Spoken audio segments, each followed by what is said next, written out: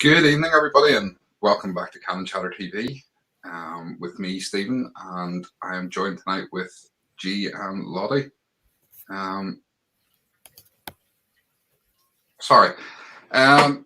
Yeah, pretty somber way to start tonight, but I wanted to take just a couple of minutes and have a chat, have a couple of moments of reflection about a couple of people we lost yesterday. And obviously I've got them up here on the screen. We have Jimmy Greaves, obviously ex Chelsea, AC Milan, and of course Spurs player. And I think he spent a bit of time at West Ham possibly as well, if I'm right. I'm going to be honest with you. I never got to see him play. Obviously he was before my time. He had retired from football before I was even born. And obviously he then went on to have a bit of a TV career as well. And I've seen a lot of pictures over the last day or so of him, as a player and stuff. But I chose to use this picture of him because this is the Greavesy I remember.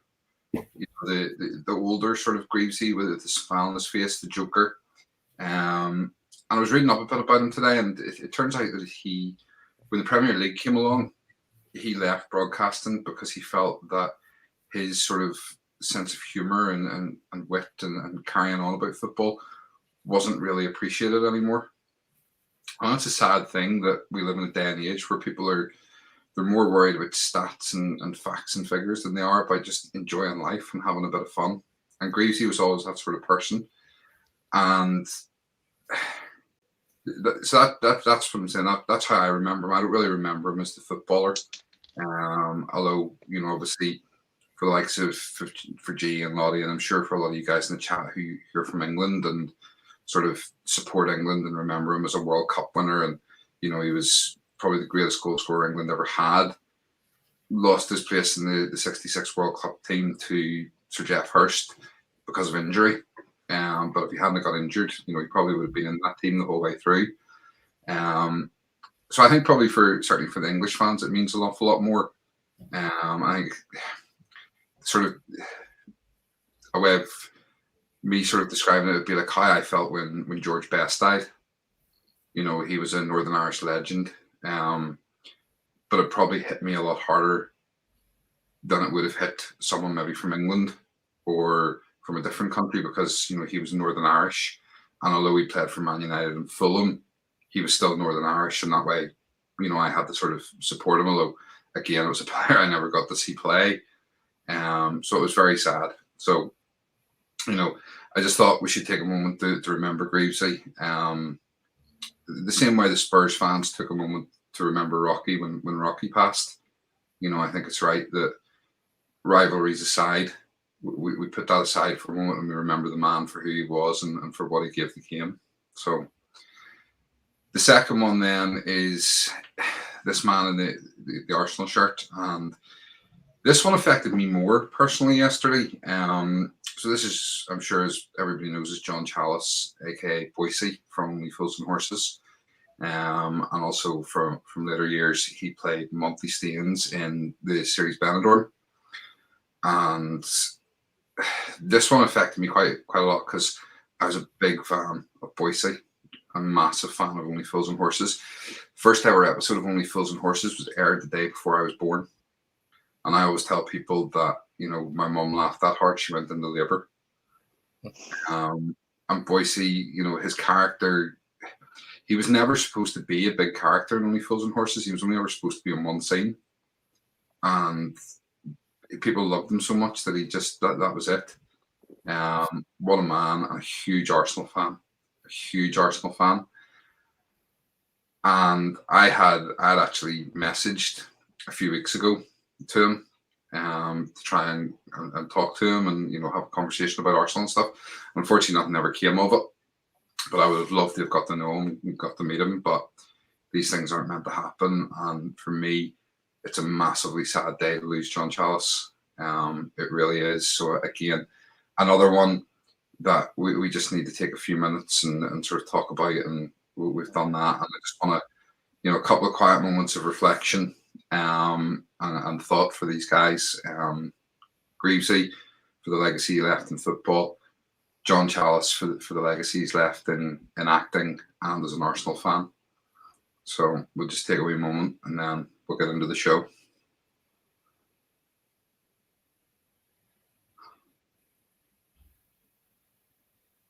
Arsenal have gone through an entire league campaign without losing.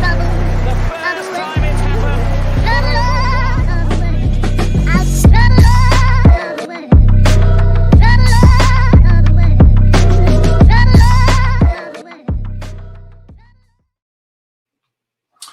So, good evening, everybody, and welcome back to Untitled Chapter TV with me, Stephen. As always, I'm joined by G and Lottie. G, how are you tonight? Yeah, I'm good. I'm good. Had a bit of a mare today, as I was explaining before we came on air. My cat decided to join in with the painting and decorating around the house, which wasn't fun. So spent the last 2 hours washing up grey paw prints all up around the house. So yeah, not been the most ideal day, but you know what, it is what it is. You know, we're all well, we're all safe, so got a lot to be grateful for, obviously, given the circumstances. So don't want to complain too much. But yeah, no, I'm well. How are you? Yeah, I'm good. Say it's a strange day today. Just to sort of, this is still the sort of afterthoughts of Greavesy and John Chalice. And then obviously some other stuff going on. It's obviously, you know, there's some personal stuff going on that the likes of yourself and Lottie know about. And just it was a busy day with the kids and things, you know. So yeah, not too bad. Lottie, how's your day been? I've had better days, but I'm back here with you guys. It's my favourite part of the day. Just give me something positive today, guys. Please. That's all I ask. Yeah, it's been that kind of day. Like a therapy session, isn't it? Yeah, no, definitely. Excellent. Right. Well, listen, we'll get a few of these comments in and we'll get into the show then. So, Swarat, hey guys, how are you, Swarat? Good to have you with us again. Must be about, 1:30 in the morning there. Matt the Panda, hello from the Panda. David, evening everybody. Evening, David. Evening everyone. Hey, from Keith, hope you're well. Back. Quick one for Keith. If anybody's not following Keith, you can follow him on Twitter. It's Mad Rambling, and obviously get across and follow him on YouTube. He put out a wee announcement last night on YouTube, on his channel, Mostly Arsenal. So get across, make sure you subscribe to it, and he's got something big coming from next weekend. But I'll let him tell you about that in his video. Weezy J, good evening, guys. How are you all doing? We're doing good, Weezy. Antonio, hello everyone. Georgina, evening, guys and gals. Ryan, hello. Everyone remain calm. Top 4 spot is just a few days away. That's what I like, Antonio. Positivity. Jim, hey guys, how are you, Jim? Good to have you with us. Haven't seen you chat for a bit. I always remember that clip of Jimmy Greaves getting that dog off the pitch. Yeah, that's a famous clip. Chris, hi guys, hope you're well. Glad to see you've changed your name back, Chris. Trying to catch me out. Russ, evening, Russ. Antonio RP, Jimmy, a legend is a legend regardless of the club he played for, absolutely. Keith, lovely words, Stephen. Thank you, Keith. Swear may their souls rest in peace. Gee, you look well posh with the vino, mate. Yeah, it's better than his cocktails with the little umbrellas and the sparklers in there, actually. Listen, ain't nothing wrong with a glass of wine, man.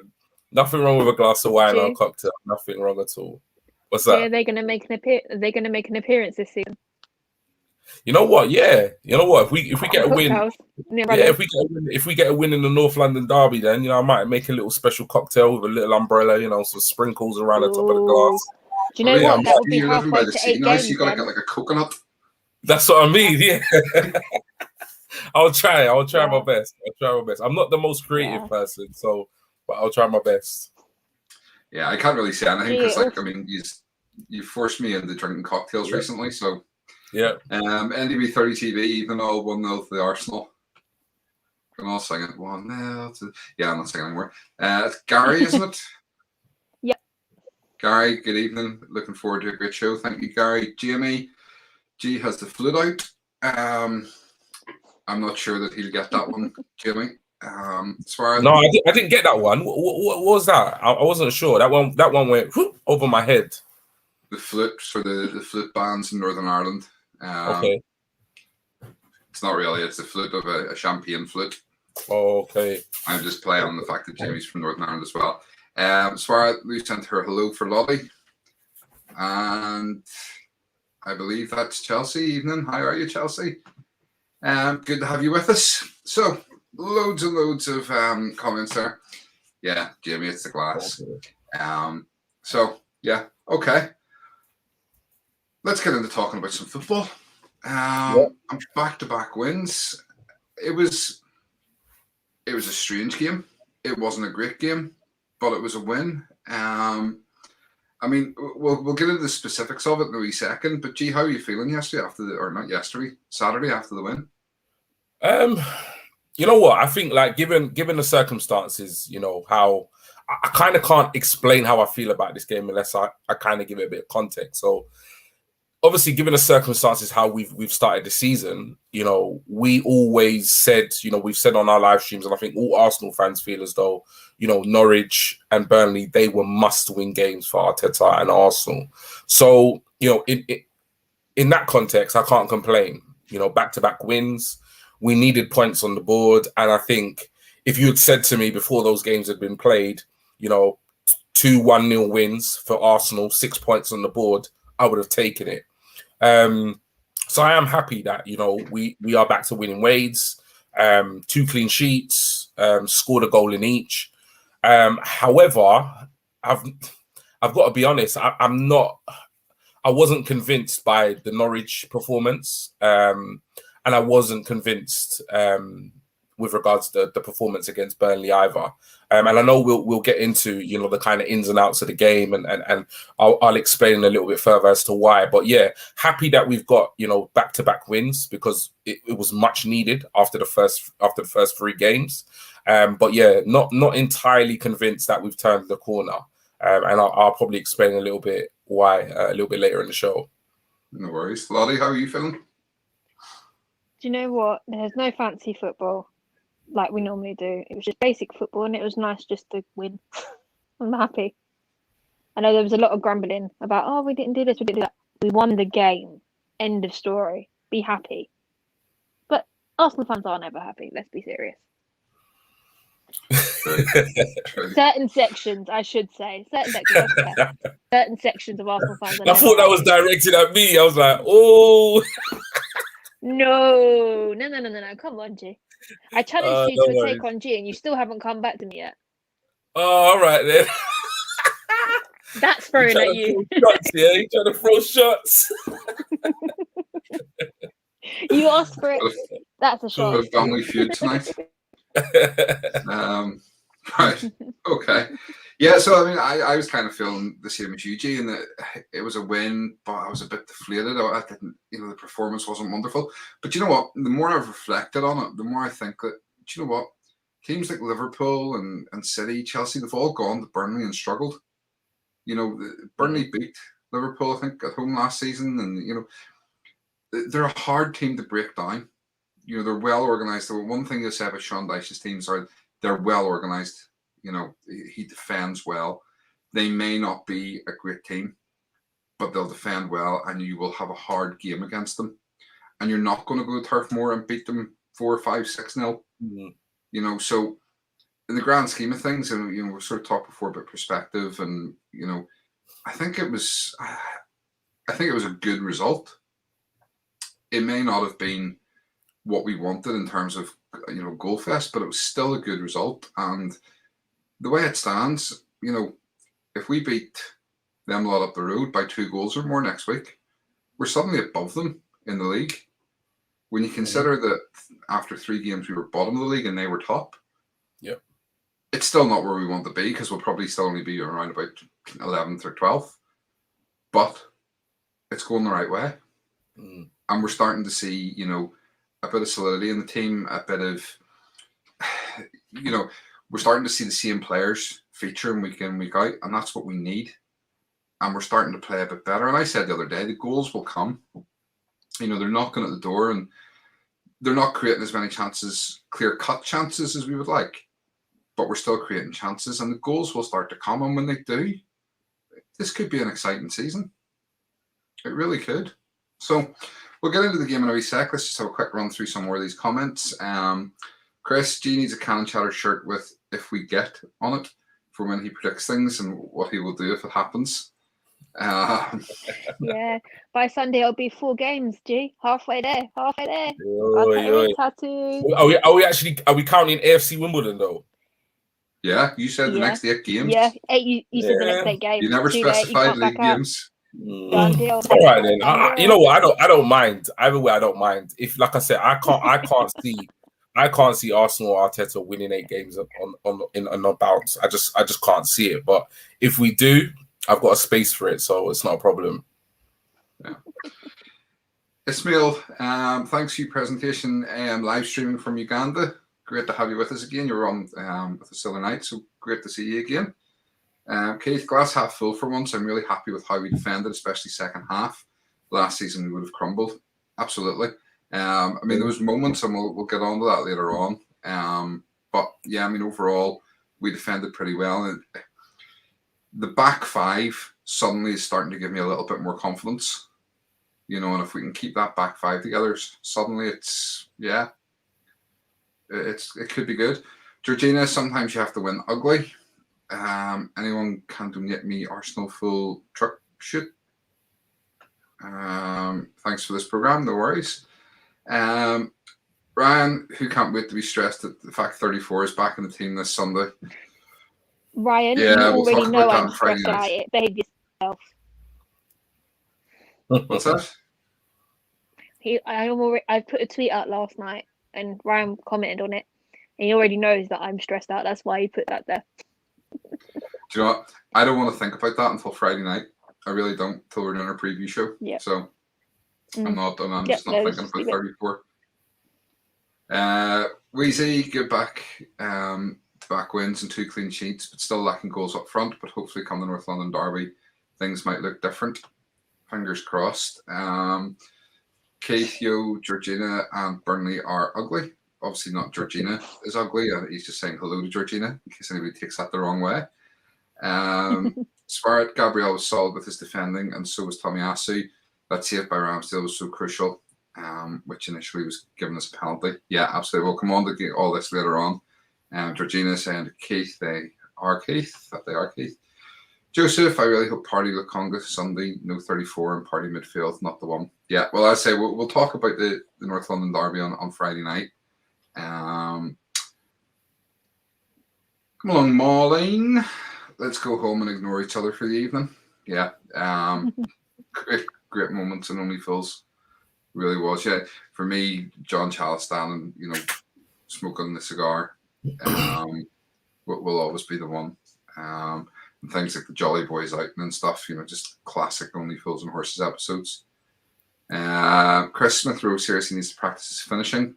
Again, at the weekend, he missed a clear chance where he should have scored. That's 3 now if you include the Brentford and Norwich games. They all need to practice their finishing. So, I mean, I get what you're saying, but let's not be picking out just one player. They all need to. Ryan, a bit concerned Ben White is taking a while to settle. Yeah. He was a bit ropey in the first half. But again, we'll come on to all that. James Devers 17. Is that a new name in the chat, guys? Do you recognise that one? No, James is I not don't recognise it. Don't recognise that. Welcome to the show, James. Good to have you with us. No 34 Leno for the North London derby. Otherwise, we are doomed. Yeah. David, let's make a more positive comment as we're all underwhelmed by the performances. Great free kick. Yeah. Russ 34 is first name on the team sheet for a reason. That is a worry. James, Burnley game is good for defence to work together. Yeah, absolutely. Ryan needs to be kept in a dark place where it won't be disturbed. How about Boise's pants? Great comments again. Thought we will still need to absolutely capitalise more on the chances we create to find the back of the net. I'm confident the squad will mesh together well and start scoring more consistently. Yeah, I am too. James giving us a wave. Keith, oh God, that sounded horrendous how I typed the ugly thing. Only Burnley are ugly, just to clarify. Yes, we know that, Keith. All right, so let's get into the game itself. I mean, and as we always do, we talk about the lineup first of all. So the lineup came out, and it looked very much to me straight away that Arteta has realised that he now has the players he wants to go for this 4-3-3 formation. So I'll run through the lineup, obviously for the benefits of anybody that's listening to this back on a podcast like Spotify or iTunes or anything like that. We had Ramsdale in goal. We had a back four that was unchanged of Tommy Ashley, Gabriel, Ben White, and Kieran Tierney. We then had Partey as sort of the holding midfielder with Smith Rowe and Odegaard ahead of him. And then we had Pepe on the right, Saka on the left, and Aubameyang up top. Lottie, first thoughts when you seen the team? Yeah, it was exciting. I mean, he said that he's got the players that he wants. And it's nice to actually see what he's trying to do properly rather than have it all in theory. But I was happy with that. I've said I wanted to see Smith Rowe and Odegaard start playing more together. Yes, it did mean we didn't get to see Sambi till later on in the game, but it sort of worked. Well, the back five worked. It's just the rest of it that needs to kind of step up a bit more for me at the moment, especially up front. I mean, as Chris said earlier, I mean, Smith Rowe needs to work on his finishing, but it's also an age thing. Has he really scored in the league yet? I can't even remember, if I'm honest with you. I think he's maybe done it. Has he done it? I don't think so. But it's the goal is coming. He's getting closer and closer each time. So it's just a case of patience with him. But other than that, I'm quite happy with it. Okay. G, your thoughts on the lineup?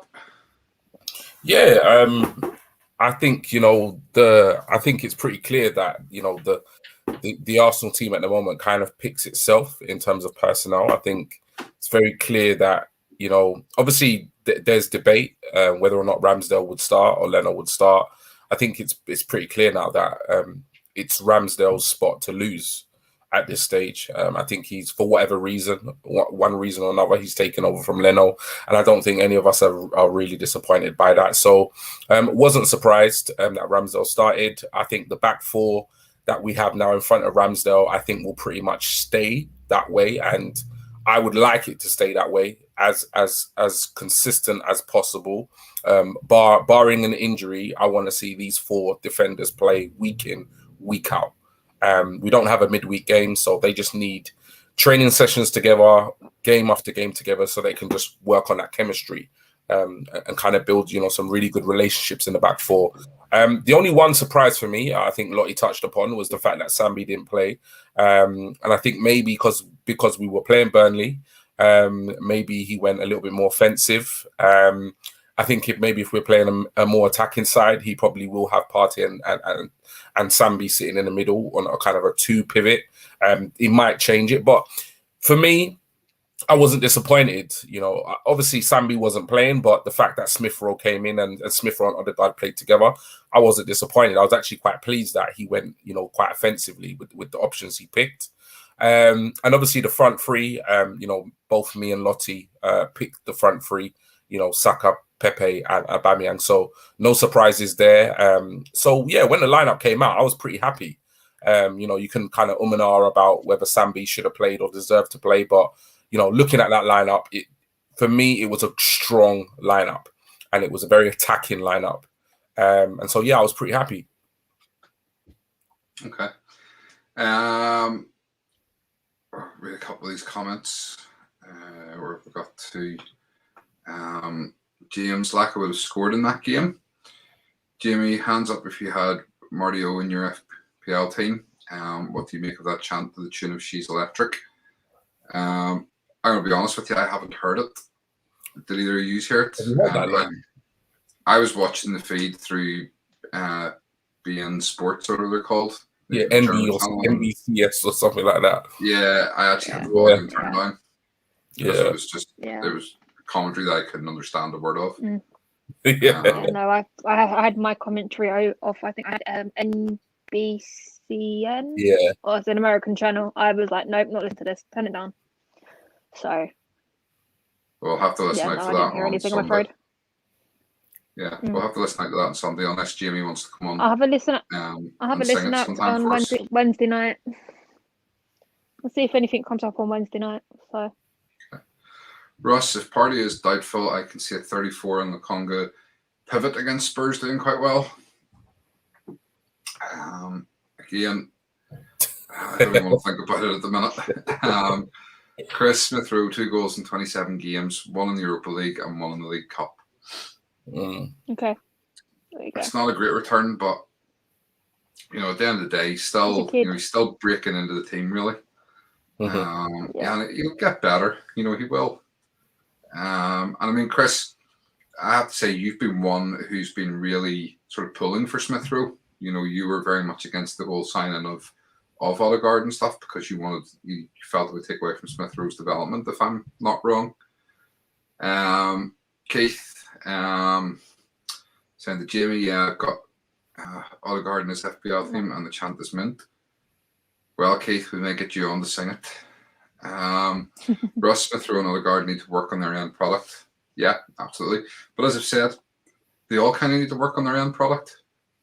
They need to work on those final passes and they need to work on putting the ball in the back of the net. Craig Pawson is the red for Sunday, by the way. Yeah, and that's not actually a typo. It will be a red card. Worst referee in the Premiership. It does worry me a bit, but anyway. Saka had another indifferent display. He did. Does anybody want to touch on that, actually? Saka's performance? You know what it is for me? I've in the last stream we did, when we were kind of debating the whole, can we have Odegaard and Smith Rowe on the same side? I kind of touched upon what Chris was saying. I actually had a private conversation via DMs with Chris about a number of Arsenal's young players. You've got Odegaard, you've got Smith Rowe, you've got Saka. They are all very young. They are very, very top quality for their age, and their potential is phenomenal. However, the one I wouldn't even say it's a criticism, but it's more because I think it's quite unfair to criticize a player like Saka. He's 19 years old and he's in the Arsenal first team. How do you look at that in any way negative? But if we were to kind of critique their gameplay, if we were to look at those 3 players, I would say they all have a similar flaw to their game, which is they're clinical. They're not clinical enough in front of goal.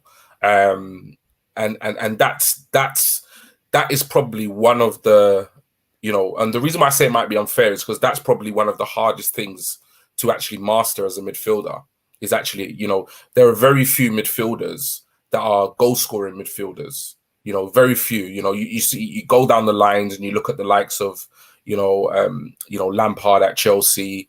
You look at some wingers at Arsenal like Perez and Lundberg, but these guys are playing, the age that they are, for them to actually master goal scoring abilities, it's going to come, but it will come with time. They are still very young. But with regard to Saka, I think we kind of have to give the guy a break. He came into the team last year.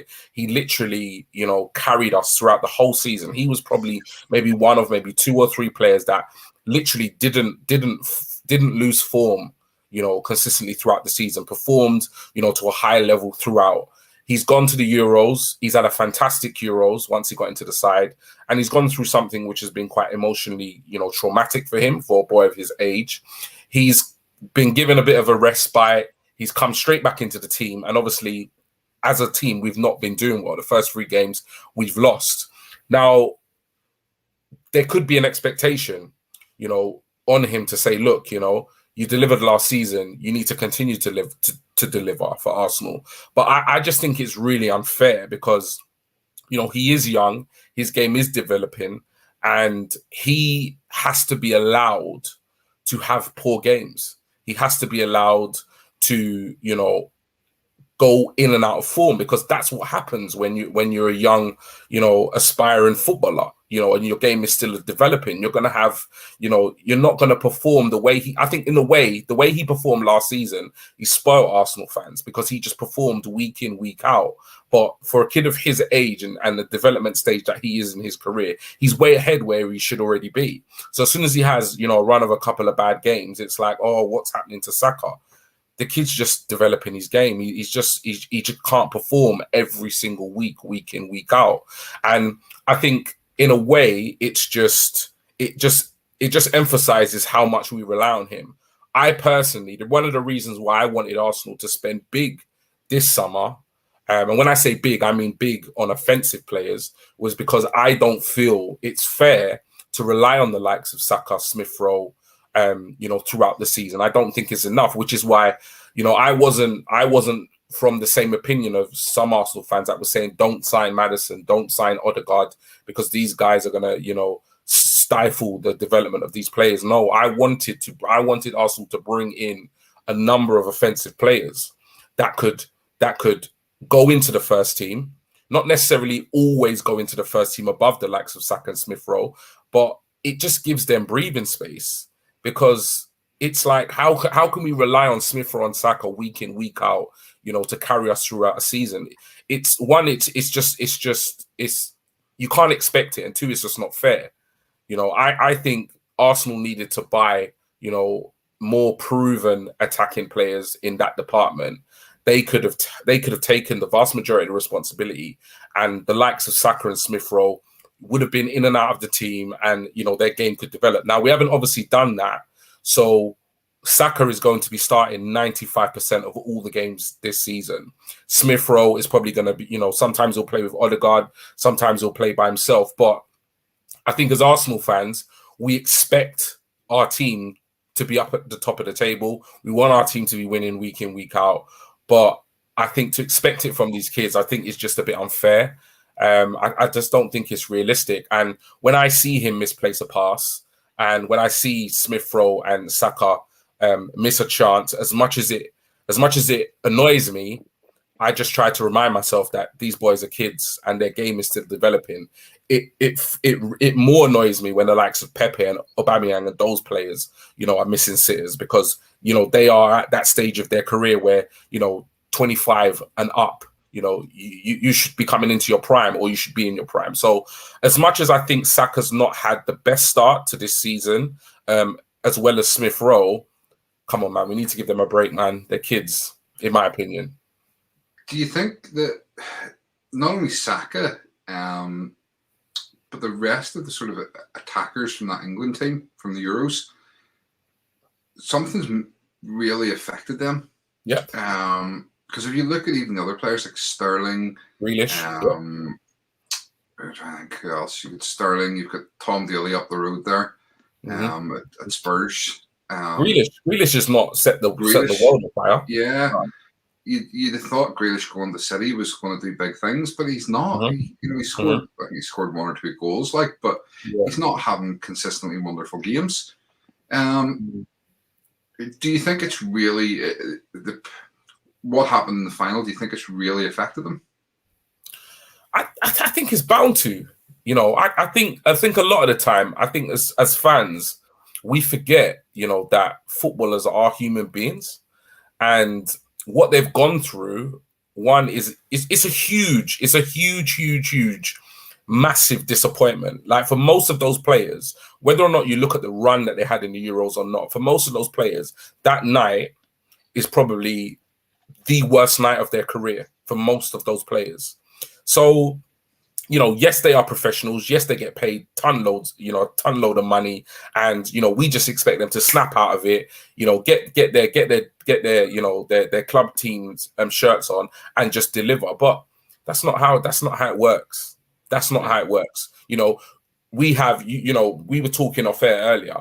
Lottie said she's not had the greatest day. I said to you, I've not had the greatest day. And then you take that, and then you're just expected to just you just put on something and just perform. It's not easy. Experiences in life affect individuals. So not only are they probably exhausted from last season. I think most of the English players had maybe 2 weeks off. From last season through to the Euros, through to the start of this season. So one, physically, they would have played a lot more games, but emotionally, the ordeal of going through what they did at the Euros, and more so for somebody like Saka, in terms of like the racial abuse and stuff that he received, it's bound to have an impact on a person. And I don't think it's any coincidence that the English offensive players are not performing at their peak at the start of this new season. I don't think that's a coincidence at all. Okay. Lottie, any thoughts on that, or we'll move on? No, completely agree with G. I mean, it's bound to affect them. They are human after all. I mean, I remember when this was all going on, I kept reminding people these players are human. We can say like, you can criticize them, but don't go after them because of what's happened. You can't change it. Color of their skin. What's the point? Like, I know if you're hurting, go and do some boxing or something. Do you know what I mean? Just don't poison other people. Negativity, there's no point. Okay. Get through a few more of these comments, and then we'll move on back to the game again. We see, like I said, the Lottie will be right kicking the teeth if Leno comes right back and for the North London derby and 34. Just be unfair to the other players that have been playing good in the last 2 games. Yeah. Joseph Thomas Partey, my favourite player. Great at what he brings. Swear at 4-3-3 is one of my favourite formations. The selection was really good by Arteta. Yeah, I mean, I said before, I think it's pretty much our strongest 11. I don't see a better 11 that we have to play. I can understand sort of maybe changing 1 or 2 players here and there to give others a rest, but for the most part, that's the 11 I'd probably go with. Ryan Russ, stop poking the bear. I'm not sure if you're calling me a bear because I'm fat and hairy, or just because I'm lovable and cute. We'll go with the second one. Lovable and cute, Stephen. That's it. Yeah. Keith, commentary was still better than Carker, hands down. Nope, don't know what you're talking about. Mark, even Mark. Keith was talking about the singing. You said about him coming on. Right, yes. Right, all right. Chris, I feel he will develop into a great player for the future. The formation against Burnley is probably our best team with him and Odegaard. We're obviously talking about Smith Rowe. Jamie, to the tune of She's Electric. He's Norwegian. He came back for a good reason because he's playing with Partey this season. He's Odegaard. Lathy29 posted about it earlier. And that's why I will not have seen it, because that is one man I will not follow ever. Patience with Saka and ESR, they will come good and hit form that we haven't seen since the Invincibles. From James. Jamie, I've been known to sing Oasis on karaoke. That can be arranged. And Chris, certainly affected Tom Daly. He's not the same player this season. The Euros and maybe not getting the City move. You can see he's not the same player. Yeah, but I've said it for a while that I think he's on the decline. And I don't think he's ever going to leave Tottenham. Nah. I think this window was his window. Yeah. And I think he's going to remain there for the rest of his career. It's funny because, you know what, like, I know a couple of Spurs fans and they were pretty confident. Even when I was like taking the piss out of them and saying, oh, you know, he's off now, your season's over. I'd say 90% of the Spurs fans that I know were pretty much like, he ain't going nowhere. Like, the club are not going to let him go. He signed a 6-year contract. They're not going to let him go. He's going to stay. He's going to see out his career at Spurs. And they were very confident, and so they were proved to be right, really.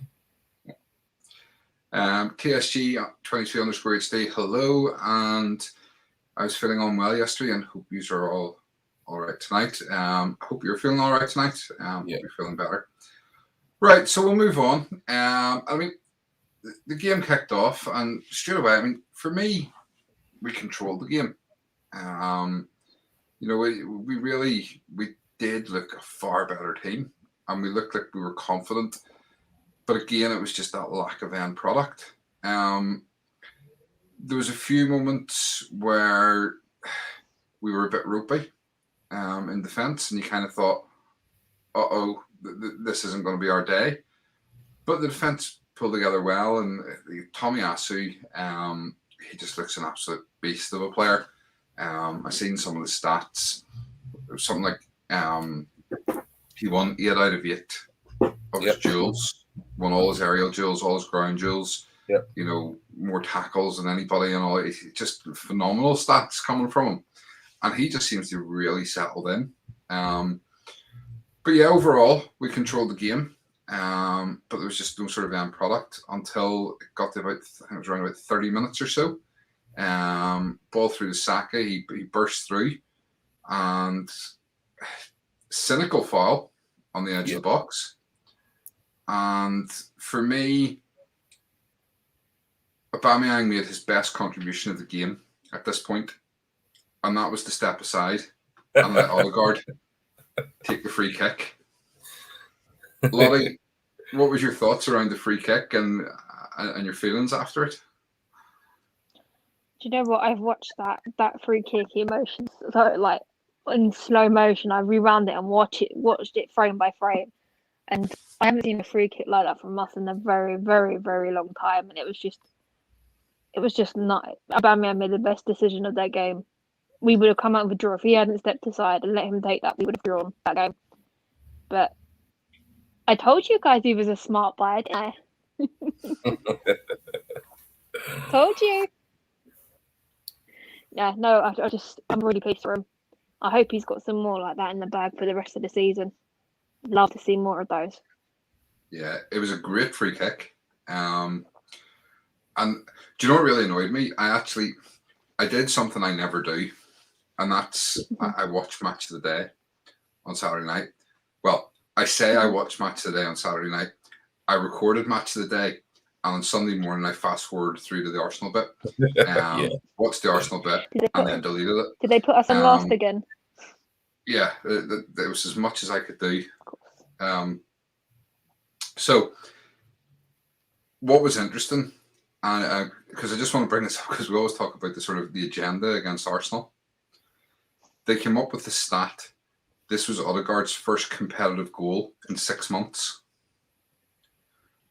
And all I could think to myself was, right, it's his first competitive goal in 6 months. But June and July, he wasn't playing football because the season was closed. August, he wasn't playing football because he was at Madrid and wasn't being picked. And it was only in the last sort of week that he came to Arsenal. Last season, he was injured during that time. You know, so in essence, he probably was only playing 2.5 of those 6 months. And yet they put up stats like that. Yeah. Would they have put up a stat like that for any other team? And this is why I don't watch Match of the Day. But that's irrelevant. Jay, your thoughts on the goal and the... Yeah, you know what it was? Yeah, I was actually annoyed when Saka was brought down because obviously he was in free flow. And I wasn't sure if he was going to lace it himself or play Pepe in. But Pepe was in a fantastic position. But Saka was obviously central. So I wasn't sure. In my head, I was like, play Pepe through, play the through ball to Pepe. But obviously, yeah, the foul was cynical, like typical Burnley foul. But in a way, you know, we've all done it. It was a smart tackle. You know, it's one of those ones where, you know, Saka's in full flight. You know, you got to just kind of make the challenge and bring him down. So I was gutted when we got the free kick because it was one of those moves that could have actually amounted to something because we didn't have many of them. But yeah, obviously the free kick, I wasn't, you know what, to be honest, I didn't think any of them was going to score. If I'm completely honest. I did not. I wasn't confident at all. I think it was Aubameyang, Odegaard. I can't remember who the third player was, but there was 3 players. Was it Partey?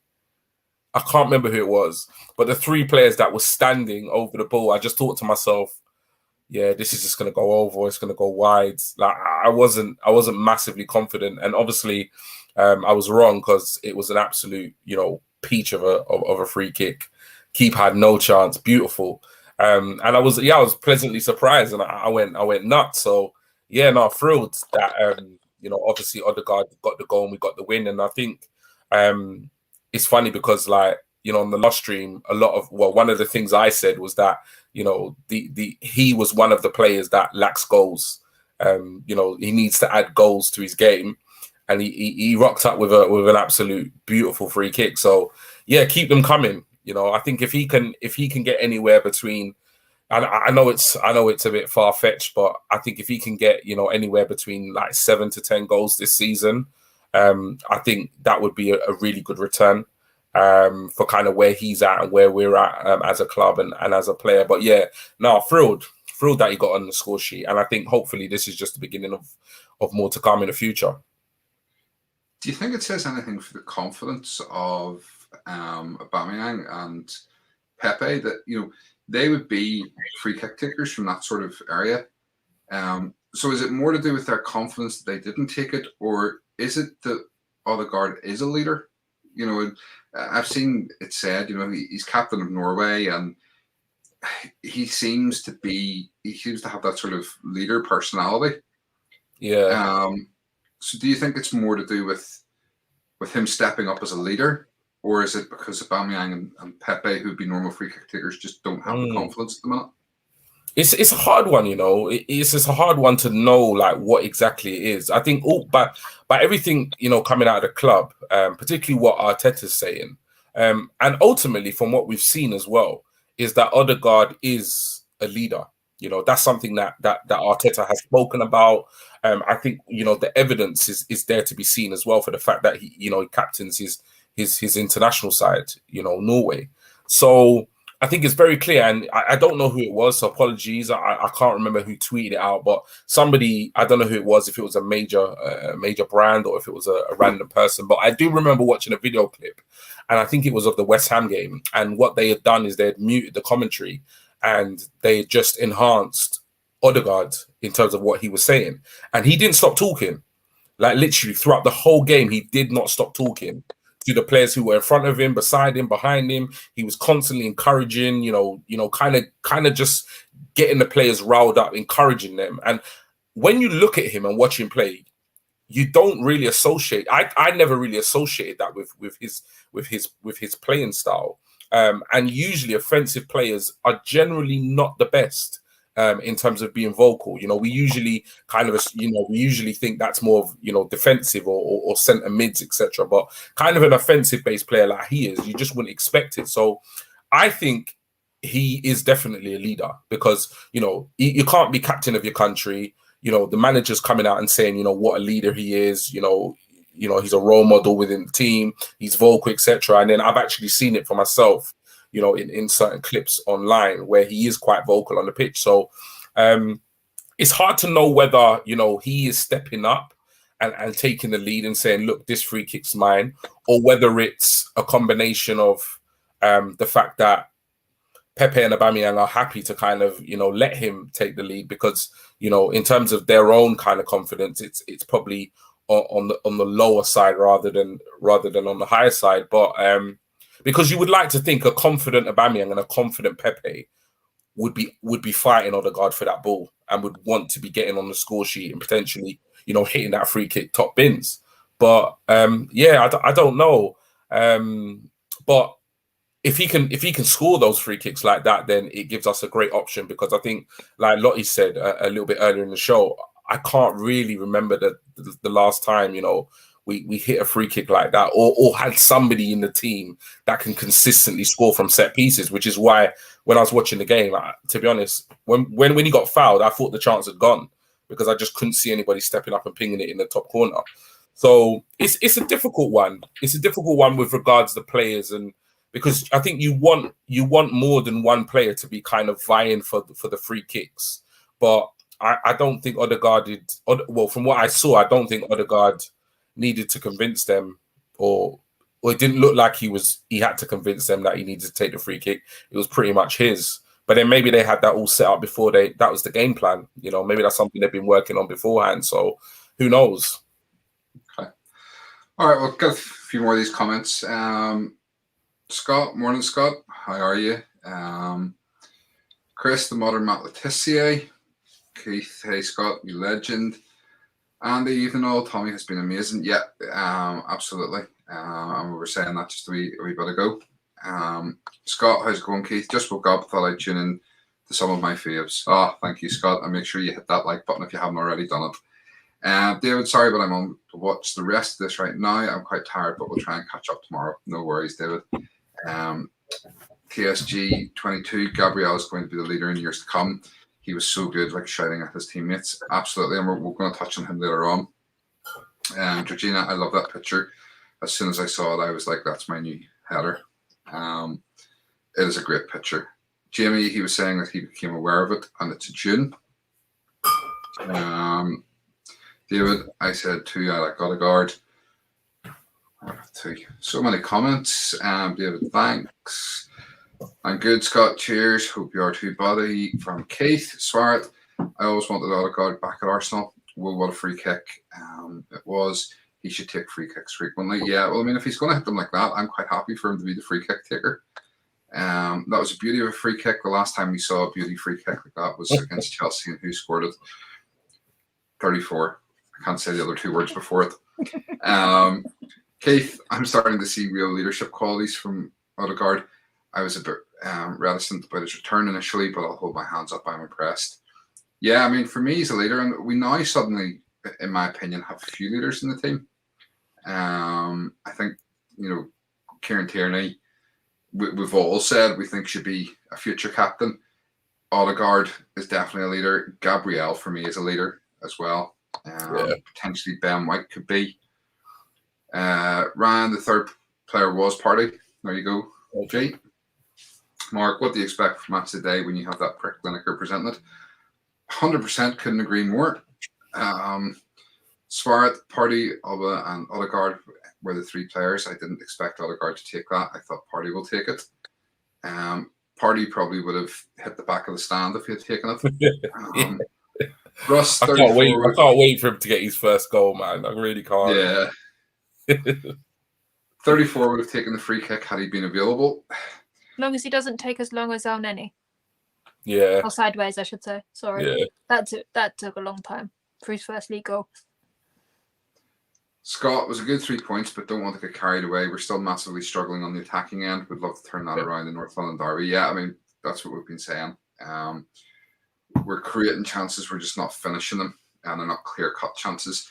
Ryan, am I the only one that wants to make minimum changes for Wednesday's match in the likes of Saka, ESR, and Alba, and put Wimbledon to the sword and assess the rest of the players ahead of the North London Derby? Yeah, I mean, we're going to come on to that later on. There's sort of two schools of thought on it.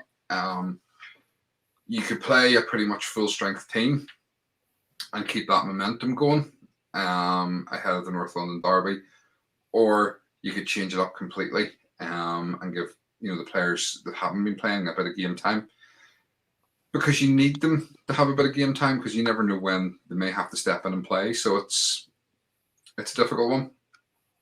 Rush, you need to get a room with 34, because if you had played and took that free kick, he ain't scoring. Chris, only free kick I can think of where the two Pepe got in the Europa League. Yeah. Which is why I thought Pepe would take them. Laka's pretty good with the free kick as well. Joseph 1-0 the Arsenal versus the Scum this Sunday coming, I think. I don't know. We'll talk about it on Friday night. And Keith G, if Partey gets his first at the Emirates, the roof's coming off, mate. May well do. I'm not sure if that's because he scored a goal or because the shots hit the roof. Right.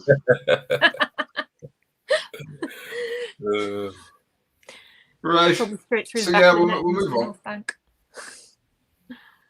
We got through the half time then, and we came out the second half, and again we seemed to be fairly in control, and then it kind of went a bit skew-whiff, and Burnley started getting on top and started to put us under real pressure. And I'm not going to lie, I was sitting there with squeaky bum time, and especially when this happened. So there was a white back pass, which was a bit light, shall we say, and Ramsdale came rushing out. And I mean, for me, I don't think there's really a doubt. It wasn't the penalty. He got the ball first, and if anything, the player played the ball onto his foot. So I'm glad to see that it wasn't given as a penalty, but I was a bit panicking at the time. Lottie, what were your thoughts when this happened? In my mum's words, he dived. No. My mum Not was saying to me Ronaldo. he threw himself. No, no, him. Basically from what I saw, because my stream froze at that point, it looked like he threw himself over. I didn't get to see any replays, but looking at that now, that is a penalty all day long. But I don't know what he was doing. But we're expecting mistakes from him. As long as he saves it, I don't care. If I'm honest with you, nobody's perfect. I know he's had what, 3 clean sheets now, including this game. But I'm still waiting for his mistakes to pop up at some point. Okay. Jay? Yeah, so well, it wasn't good to see White play a short back pass, was it? It kind of felt it kind of brought back, you know, bad memories of you know the Bellerins of this world, and you know, David Luiz's and Mustafis and Kalashniak. So yeah, that wasn't good to see. But you know, Ben White's taken a little time to settle in, and to be fair, we kind of just got to expect that. But yeah, it wasn't a great back pass at all by him. And I think Ramsdale did really well, given the situation. I think he could have, you know, he could have stayed on his, you know, could have sat back and given the forward a very simple finish. He came off his line. He rushed off, which is what I think you want your goalkeeper to do in that situation. And he made the challenge. And to be fair, in real time, it looked a stonewall penalty. And, you know, when it was given, I wasn't surprised. I was like, yeah, that's a pen. All day long, that's a pen. You know, I was gutted, but it looked a stonewall penalty. It was only when, you know, they actually, you know, played the replay, before they actually went to VAR, they showed, my stream didn't lock off, so I could see it, and they showed the replay a couple of times, and that's when I reacted, and I was like, no, he got the ball. And I was literally screaming at my phone because I could see from even the replay that he got the ball. But then, you know what it's like with VAR and the officiating in this country? It's like, oh, he got the ball, but he took the man out. You know, they want to come up with some kind of lame excuse how, you know, he got the ball, but he still took the guy out or whatever. So, you know, even though it wasn't a penalty, you know, when you slowed it, real time, it looked a penalty. When you slowed it down, he got the ball first. I still did not think that VAR and the ref was going to overturn it. I was still thinking they were going to get a penalty. So I was very, very relieved and very, very happy that VAR and the referee overturned the decision and actually got it right for once, because it wasn't a penalty. In fact, it was fantastic play by Ramsdale. You know, had he not come off his line, got to the ball first, you know, that would have either been an easy finish for the striker, or, you know, if he had made a late challenge, knowing our luck, they would have scored from the penalty spot. So yeah, he got Ben White out of jail in that instance, and I think that instance just kind of epitomizes the way his Arsenal career has started. I've been nothing but impressed with Ramsdale between the goalposts. Done a good job so far. Okay. A couple of comments on this. TSC22, I hope Charlie Patino is on Wednesday because he used to play for St. Albans City, who I play for now. Wow. We're going to come on to that in a few minutes. Mark, never a penalty. Ryan, just to be clear, Ramsdale saved White's arse. He did, and VAR saved Ramsdale. So yeah. Absolutely. Great comment. Russ, White has been very underwhelming. I'm going to come back to that in 1 wee second. VAR did us a favour for me. That was a penalty under the old system. I think we got away with one, with him touching the ball first. Yeah, it's a penalty if there's no VAR. That's the thing. Yeah, but for me, it's the correct decision. But I want to come back to this one just before we sort of round up the game. Russ is saying White has been very underwhelming.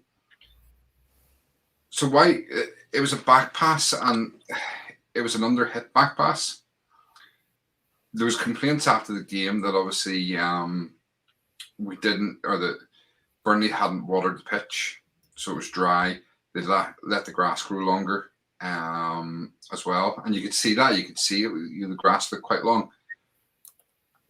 And they were trying to use, I've seen that being people trying to use as an excuse.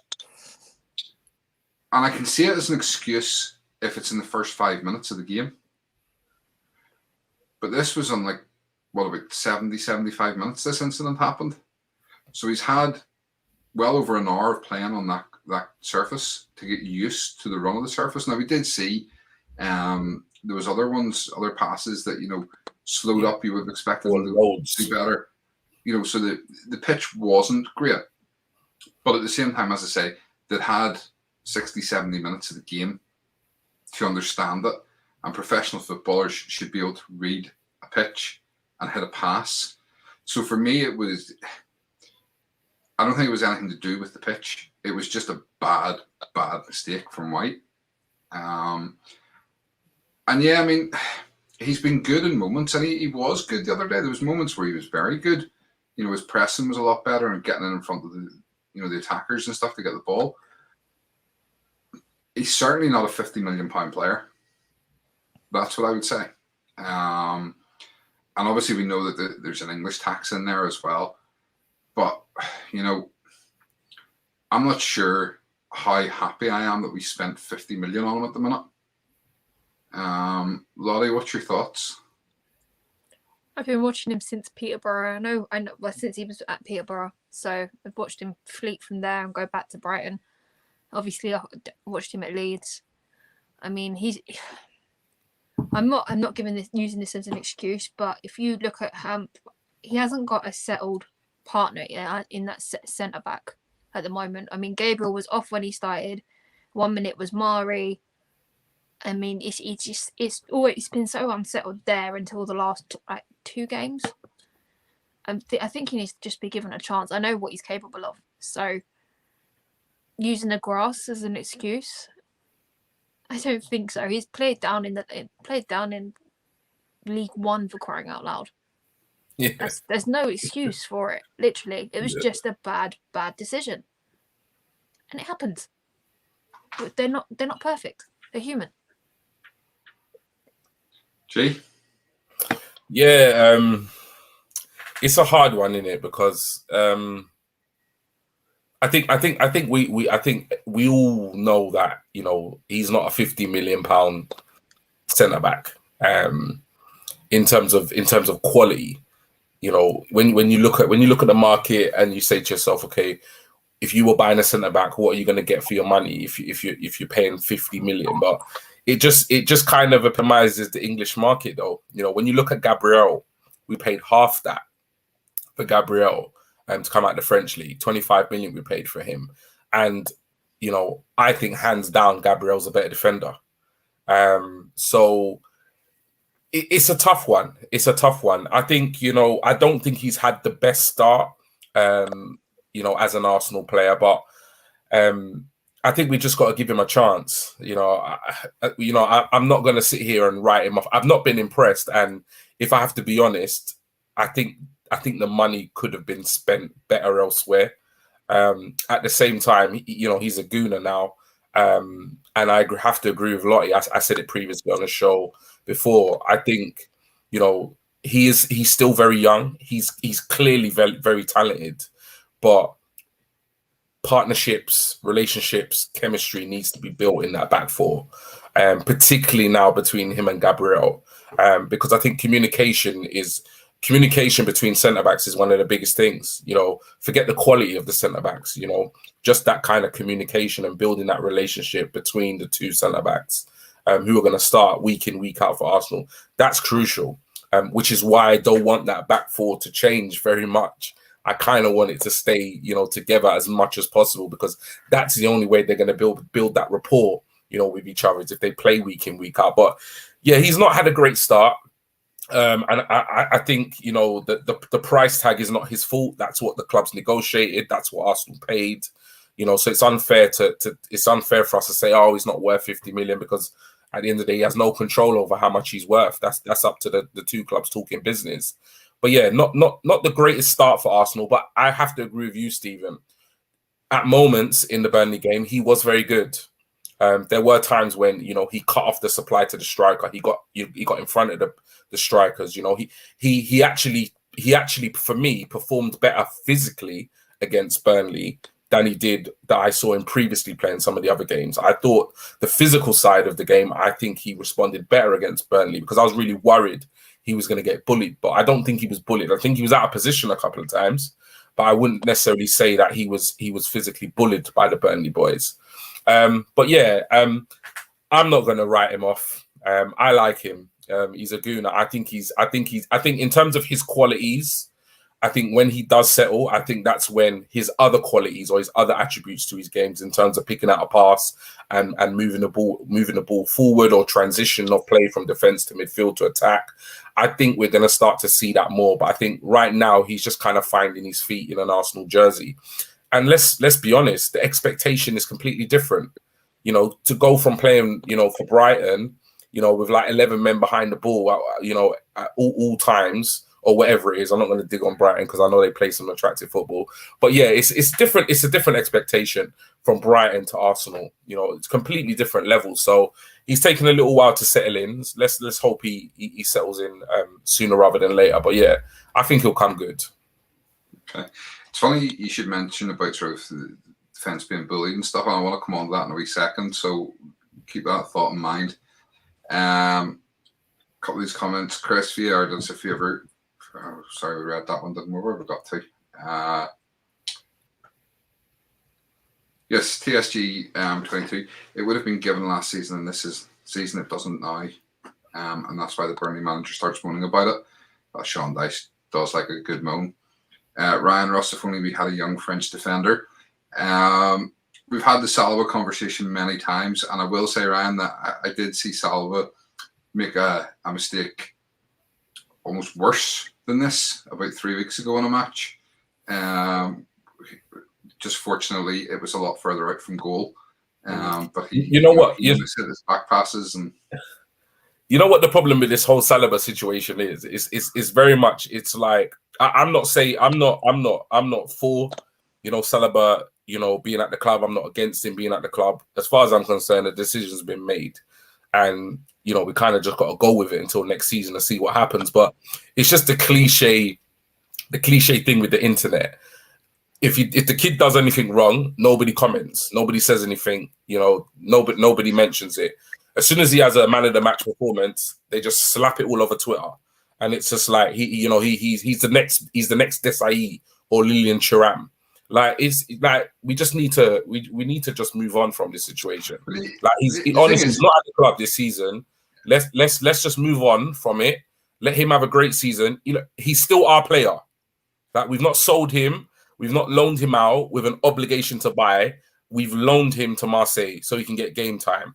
Let him come back next season. Let him remove one of the centre backs that's going to be first team, and then let's have that conversation because everybody goes on like you don't make a mistake. The kid makes mistakes. It's just nobody highlights his mistakes. But then when he has a man of the match performance, everybody's shouts it from the rooftops. Like if you're gonna report the guy's performances on loan, then report them all. Otherwise, just get me annoyed. There's a comment. Don't get annoyed. There's another comment from Ryan about it in a wee sec. The one thing, Saliba is a good player, but unless Marseille win the league, then I'm never going to buy that we shouldn't have loaned out Saliba and Guendouzi. Because unless they win the league, it's they would. The way people talk about them. And I'm not having to go at you, Ryan, when I say this. I'm just saying in general, the way a lot of people talk about them is that if we had kept Saliba and Guendouzi, we'd be challenging for the league title this season. Not a chance. Ooh, no chance. Okay, but Marseille are second in the French league. They are second in the French league at the minute, but they're 5 games into the season. So we'll talk about it at the end of the season. Anyway. Ryan, I agree. Arrogance in that situation isn't an excuse. Obviously talking about the grass and stuff there with Ben White. Mark, if White's doing things like this after he's played 30 to 35 games, I'd be worried. Not after he's played 3. Yeah, I mean, I agree with that comment completely. Don't get me wrong, I'm not panicking when I say this about White. I just mean that as an experienced professional, after 70 minutes playing on a surface, you should be able to read the surface, and that was my concern. I still think he's going to come good. I think he will be a good defender for us. Joseph, if Ben White has more poor form, would you consider playing Tommy and Gabriel as the centre backs and play Ainsley Maitland-Niles at right backs? Not for Lolly. Jay? I think it's pretty clear that Ainsley doesn't want to play right back. I think it's pretty clear. I think after his Instagram shenanigans, and then obviously coming back into the team, obviously him and Arteta must have had words. The two performances he's put in, he started against Norwich in midfield, and he came on against Burnley. And to be fair, did an okay job. Him and Sambi at the end in terms of like tightening up the midfield. I think it's unanimously clear that this kid does not want to play right back. So I think in a way it's kind of a waste of time really speaking about Ainsley playing right back, because I think he's made it clear that he doesn't want to. So I don't think that's realistically an option. But Tomiyasu, on the other hand, from what I've told, I've not seen him play there, can play centre-back. And if he performs anything like he does at right-back, at centre-back, then by all means, if Ben White's form becomes an issue long-term, then I think Arteta will be forced to make some type of change. But hopefully, hopefully it doesn't come to that. I don't think Ben White's form has been bad, though. That's the thing. I don't think his form is poor. I just think it hasn't reached the heights we want it to. I think that's more the case, or what we were kind of hoping it would have been like. But it hasn't been 3 games. So I think it's to do with expectation though as well. Yeah. Because I think, as fans, we've spent £50 million on this player. I think the same situation with Pepe. I think had we spent 25 million on Pepe, I'm not sure if fans would be as critical of Pepe, or even rival fans would be as critical of Pepe. But when you look at the numbers, 72 million, let's be real, that's a huge amount of money. And even though Pepe has had moments of brilliance, he's not performed anywhere near what I would expect of a 72 million pound player. And I think the price tag that comes along with some of these transfers definitely puts kind of like weighted pressure on the performances. And if our club spends £50 million on a centre back, we want a Rolls Royce centre back. And at the moment, he's not playing like one, but that's not to say he won't. So let's give him a chance and let's see what he can do long term. Yeah. Okay. Keith White made a right howler there. I'll stick up for him. He's had a tricky start with us. He'll improve. Just some players settle quicker than others. 50 million too much, but that's the nature of the beast. Absolutely. What he's saying there. Ryan, was always going to be difficult for White with transitioning from 3 at the back with Giants to 4, where he gets targeted early. And he admitted that himself. It's difficult getting used to playing at 4 instead of a 5 at the back. And Ben White has only played 2 or 3 games. He'll be grand. Yeah, I mean, I think he will come good. That's what I'm saying. I'm not saying he's a bad player. I'm just saying, for me, that was a mistake that shouldn't have happened. And that was a worry. Ryan, I'm messing with Russ because that's the one thing he says, or that's one of the things he says in my streams. Haha, that, and we sold the wrong goalkeeper. And I've seen another comment here from Russ in a wee second. I'm going to come back to that. Jay Saliba wouldn't come in and dramatically improve our defence, which is what a lot of people seem to believe. Evening all the way. Evening, Jay. How are you? Whoever says that needs the straight jacket put on. I'm assuming we're talking about Saliba and Guendouzi helping us win the league. Ryan, Saliba has the same issues as White, both poor early. Yeah, I would agree. Russ, we did sell the wrong keeper. Did we? Because we sold the keeper who wasn't willing to stay and fight for his position after having, 10, 12 good games after however many years at the club. And apparently now never actually really wanted to be at the club in the first place. Is that the wrong decision to have sold Martinez? Yeah.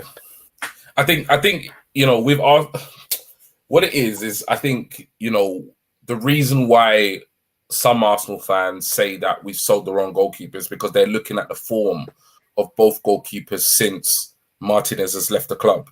So when you look at Martinez's performances and Leno's performances, I think obviously this is the same thing. Every time Martinez does something good, it's massively hyped up. And then obviously Leno is not the greatest example because he does have a howler, in his back pocket, which he pulls out every now and then. So when you look at the form on the surface, it looks as though, Martinez is the better of the two goalkeepers. But at the end of the day, it's like you said, Stephen. He came to Arteta and Edu and said, "I don't want to be here no more. I want to be a number one. I don't want to fight for my place. I don't want to be at the club. I want to walk into a club and have the number one jersey." So what are you supposed to say to that? Oh, here's the number one jersey. You don't have to compete for the number one jersey. Sign a new contract. Number one jersey is yours, and just forget the fact that you have a number one already. Like, come on, So, for me, Martinez, his form before he left, he was quality. He put in some really good performances. But like you said, you got to put it into context. He had 10, 12 games in the first team over the course of however many years he was at Arsenal. And then all of a sudden, he wanted to be, Arsenal's number one first choice goalkeeper. And at a club like Arsenal, we couldn't give him that assurance. We couldn't guarantee him the number one jersey. So he left and went to a club where he could walk into the first team. So whether or not we sold, the better goalkeeper is very debatable and questionable for me because it's not just about quality of the player; it's also about the aptitude and attitude of the player as well. Yeah, the thing is, I'm saying that, and I actually was someone who advocated for Martinez long before he even got a chance in the Arsenal team. I said for a long time, I was bigging him up back when Emery was there, saying that if we wanted a keeper to play out from the back, Martinez should be in the team ahead of Leno. I said that from day one of Emery being there. But as I say, the fact that he's come out and basically he's like an ex-girlfriend, he won't let it go. Yeah, he's obsessed. Yeah. He's obsessed with Arsenal. Anyway, we'll move on. Bungle, morning, Bungle, all the way out in Japan. How are you? Morning, guys. Just catching up. Too many jumping on white with a very small data sample wearing the Arsenal colours and a good backline. Very too quick to pass judgment in the modern day. Yeah, as I say, we're not saying he's a bad defender. We're just saying that, as I said, that was a silly mistake that led to the penalty. Not being able to read the pitch after 70 minutes. But it doesn't make him a bad defender. He just hasn't. He hasn't hit the expectations that we wanted for a £50 million defender yet. Not to say he won't. Ryan Bungle, how you doing? Chris, I still think Pepe, the only reason we signed him was because the fee was over a number of years. Had it been a straight 72 million, then Zaha would have been signed instead. I'm still glad we got Pepe. I just don't rate Zaha at all. Ross Bungle, I've seen enough of sample size to suggest White isn't worth the money. Matt, Martinez is a better keeper than Leno, full stop. Yeah, he may well be. But he had the wrong attitude, and that was the problem. Keith, at first I thought we sold the wrong number one, but now I'm just sick of his whining. He's the reason Villa fans want this rivalry with us because we ditched him and they're his rebound. Absolutely. Matt, Martinez won the number one jersey before Leno came back from his injury. Arteta should never let him not be the number one at that point until Martinez made enough mistakes to lose that space. Okay. Bungle saying to Russ, I haven't in the first choice backline for a 23-year-old who has had a massive year in his young career. The comparisons to Saliba need to chill. He wanted to go home. Exactly. And Bungle saying, good mate, you, Mr. Arsenal. Okay, so yeah, I want to go back to the point that you were making. And we'll come to you, Lottie, in this first. The point G was making about being bullied. And we obviously held out then for the rest of the match. And we got the 1-0 win. We very much focused the other night when we were doing our preview show on, and we advertised it as such that we were going to tough tackling Burnley. And we knew it was going to be a much more physical game and they were going to give us a hard game. And we knew what to expect from them. And we said that we didn't match up physically against Brentford. and that was our downfall when we played them. But to me, I think we matched up physically with Burnley. It looked very much like we weren't afraid of them on Saturday. You know, we looked like we were there for the fight. And that back line, that the back four plus the goalkeeper, to me, seemed like a really strong. They're not afraid. You know, they're not going to take any prisoners, and they're not going to take any crap off of attackers. They're not afraid to get stuck in. And I think this picture kind of epitomizes things. You have Kieran Tierney on the ground and Aaron Ramsdale stepping in to push away Kieran Westwood, I think it was. I think that's who that player is. Westwood's obviously coming at Tierney there. And you could argue whether Ramsdale's protecting Tierney or protecting Westwood, because if you look at Tierney's hand, he's got a clenched fist and he's ready to strike. So he's maybe protecting Westwood a bit here, but there's a togetherness. You can see Gabriel right there as well, screaming at them. And they seem to be a strong unit who won't take any crap. I was worried, going into that last sort of 15 minutes that we would get bullied and we would give up the goal, but it didn't happen. What was your thoughts on the sort of on the attitude of the players? I think is really what I'm looking at. Do you know what? I think I used this picture and I quoted it. I think it was do one or the Scotsman's going to get angry or something to that effect. And it's just so nice to see, like, instead of like Kieran just kicking off, like somebody else is there. It's like, whoa, what are you doing? Get on with the game, sort of thing. I mean, you can see, as you said, you can see he's going to go for him, and it wouldn't surprise me. Westwood's an absolute wind up to anybody that will take the bait, basically, for me. And the fact that Ramsdale was straight in there, it's just another player that's got more leadership quality. I mean, for me now, the leadership circle that Emery brought in now needs to change, because we've now got Odegaard, we've got obviously Tierney should be in there, Ramsdale, Gabriel. It opens us so many more doors, but it's just nice. It's nice to see them stick together rather than be like, okay, like I think Aubameyang did it last season. He just split them up and walked off. Do you know what I mean? But these guys are a different kettle of fish. Absolutely. Yeah. For me, I kind of wonder, would Leno have been hiding behind the post somewhere? He wouldn't even get involved. He doesn't even celebrate a goal. Don't get me started on him, please. Ramsdale has so much heart, and that seems to be, it seems to be filtering its way through that back line and sort of gradually up the pitch. G, what's your thoughts on this sort of new, more aggressive backline that we have? You know what it is, yeah? Passion and aggression is infectious. That's what it is. And there's nothing worse than when you're playing alongside players that lack aggression and lack passion, because you can have it in abundance, but if it's not reciprocated, or if it doesn't, if there's not enough of it on the pitch, it kind of just falls upon deaf ears. If you're aggressive or you're vocal or you're passionate, and I felt like that's where Tierney was last season. He's always had that in his game, but it's almost like, who's playing next to him?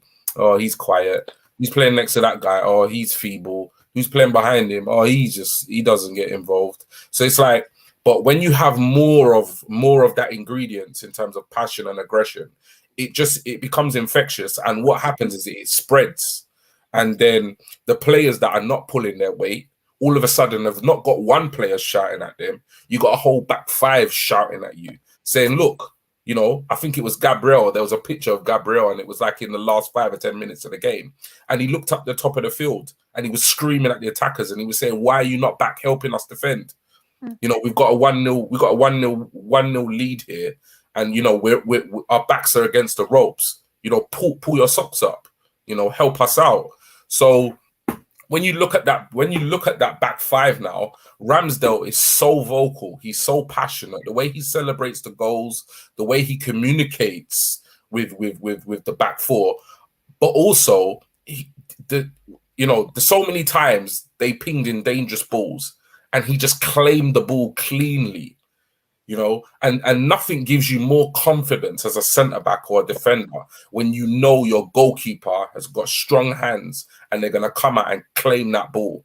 Nothing gives you more confidence. So that I think, even though we've massively criticised the recruitment at Arsenal this summer along the lines, I think I'm not gonna say it. I'm not gonna jump on the bandwagon and say I'm completely convinced, because I still think the jury's out. I think it's a long season, but from what I've seen in terms of Ramsdale, he commands his box, and he communicates with the defenders in front of him. That's very, very clear to see.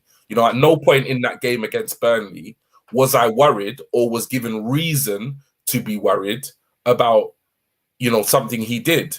And the one mistake that was made by Ben White, he actually saved us. Saved us. 2 points or 3 points in the match. So, but yeah, it's good to see. Tierney's no pushover. Gabriel is an absolute brick house. He's an absolute unit. And that helps because he's a no-nonsense centre-back. So if you're Tierney playing on the left and you look to your right and you see Gabriel, you're like, yeah, that's my guy. Anything pops off, you don't mind having, a 6'4", however tall he is, Brazilian guy who's built like a house, and he is a no-nonsense centre-back. He's not the best with his feet, but even though he can pick a pass, but he's no nonsense. He's just good at defending. And then obviously Ben White, hopefully, I don't really see him as an aggressive player. But, when you're in that back four, then hopefully, that's part of his game he can develop. And Tomiyasu is just an absolute unit. Like you said, the stats don't lie. I think in 2 games, I think he's had 11 duels and he's won 10 of them. I don't think he's lost a single one in the air, and we've been missing that for so long. So when you start to look at that back five now, the back four, including the goalkeeper, you're starting to see potentially in that back five, you see potentially 3 captains. Like Ramsdale, from what I've seen, could potentially be a captain. Gabriel is definitely a potential captain in the future. And Tierney, we've said from day, should possibly be captain already. And that's what you need. You need that. And you need that consistently throughout the defense. So yeah, I was thrilled. Even though I wasn't convinced with the performance, when I say that, I mean offensively. As an attacking force, it's still not quite clicking. But defensively, I can't. Other than that back pass that Ramsdale put right for Ben White, other than that, I thought the back five were absolutely exceptional throughout that game. Okay. Antonio Ramsdale embodies the heart of Arsenal at its core.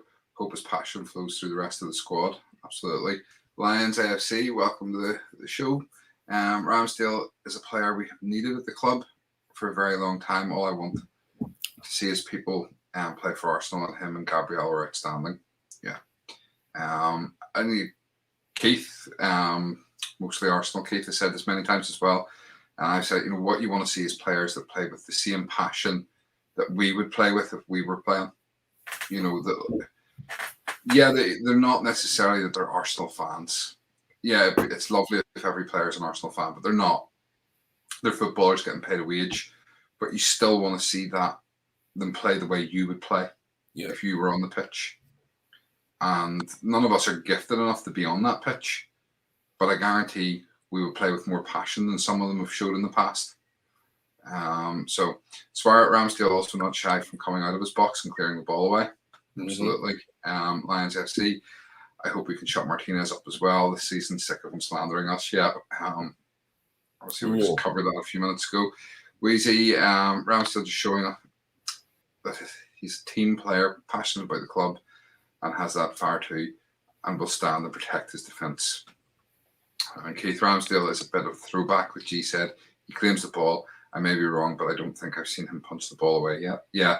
I like that. The fact that he comes and he takes the ball in.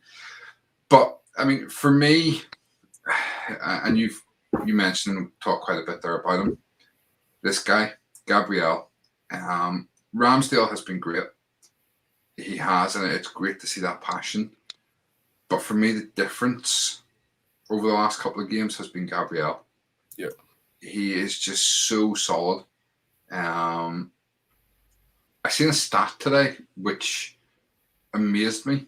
Do you know in the last 7 games that Gabriel has played for Arsenal, how many do you think we've won? 6. 7. What was that, Lottie? 7. Yeah, 7. Wow.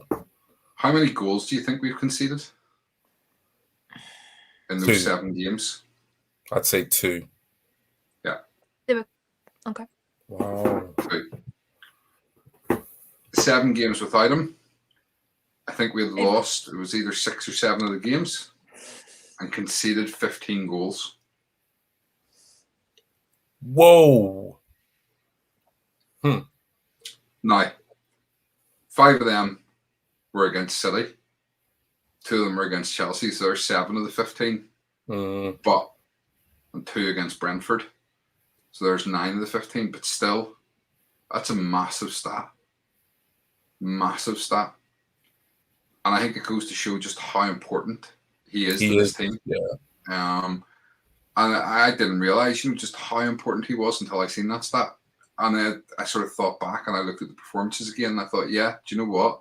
He is a rock. And he definitely is a future captain of this club. So, you know what it is with him though, and I think I said this last season. Even when I remember Mari was putting in some really good performances, but I always said and kind of stuck to my guns, and I said the thing about Gabriel, he has all the attributes to be a world-class defender. So as much as I'm surprised by those stats, and I am surprised, I didn't think he was that influential to the first team. But just from the 2 games against Norwich and recently against Burnley, you can see it. Like, he's got the pace, he's got the power, he's got the aerial ability, last-ditch tackles. He always seems to be in the right place at the right time. He literally throws himself, in front of the ball. Like, you could really tell that he takes pride in wanting to keep that clean sheet and really enjoys defending. And I think he really enjoys the physical aspect of it as well. He really does. Like, when he's jostling with the player, you can tell that he wants to win the ball and he wants to, get one over on the attacker. And I think against Brentford, obviously we missed him against Chelsea for the likes of Lukaku. And I think obviously Brentford were a very physical side with, the likes of Tony up front. And I'm not saying, we would have won those games, but he would have definitely made a difference. So yeah, he's quickly becoming one of the first names on the team sheet. We just need to keep him fit for the rest of the season. Yeah. So I'll sum the game up. We said at the start, it wasn't the best of games, but it was tough tackling Burnley. And a lot of teams go there and struggle. We got a 1-0 win. It wasn't what we wanted, but nobody goes to Burnley and gets 4 or 5 nils. It just doesn't happen. Sean Dyche sets his team up well. It's 2 wins in a row. You're starting to see, and I said it the other day, we're starting to see this team come together. And the goals will come if we keep creating chances. When Aubameyang starts to score, when Pepe, when Saka, when they start to score and the confidence goes up, we may see us start to rip teams apart. It's getting there. Defensively, we look a lot more solid. Tomiyasu is an absolute rock. Gabriel is a rock as well, having him back. A win's a win at the end of the day. And the sign of a good team is a team that can not play great, but still win the game. And in years gone by, we would have gone to Burnley and we would have probably come away with a draw in that game. I'm not saying they would have beat us, but we might not have won it.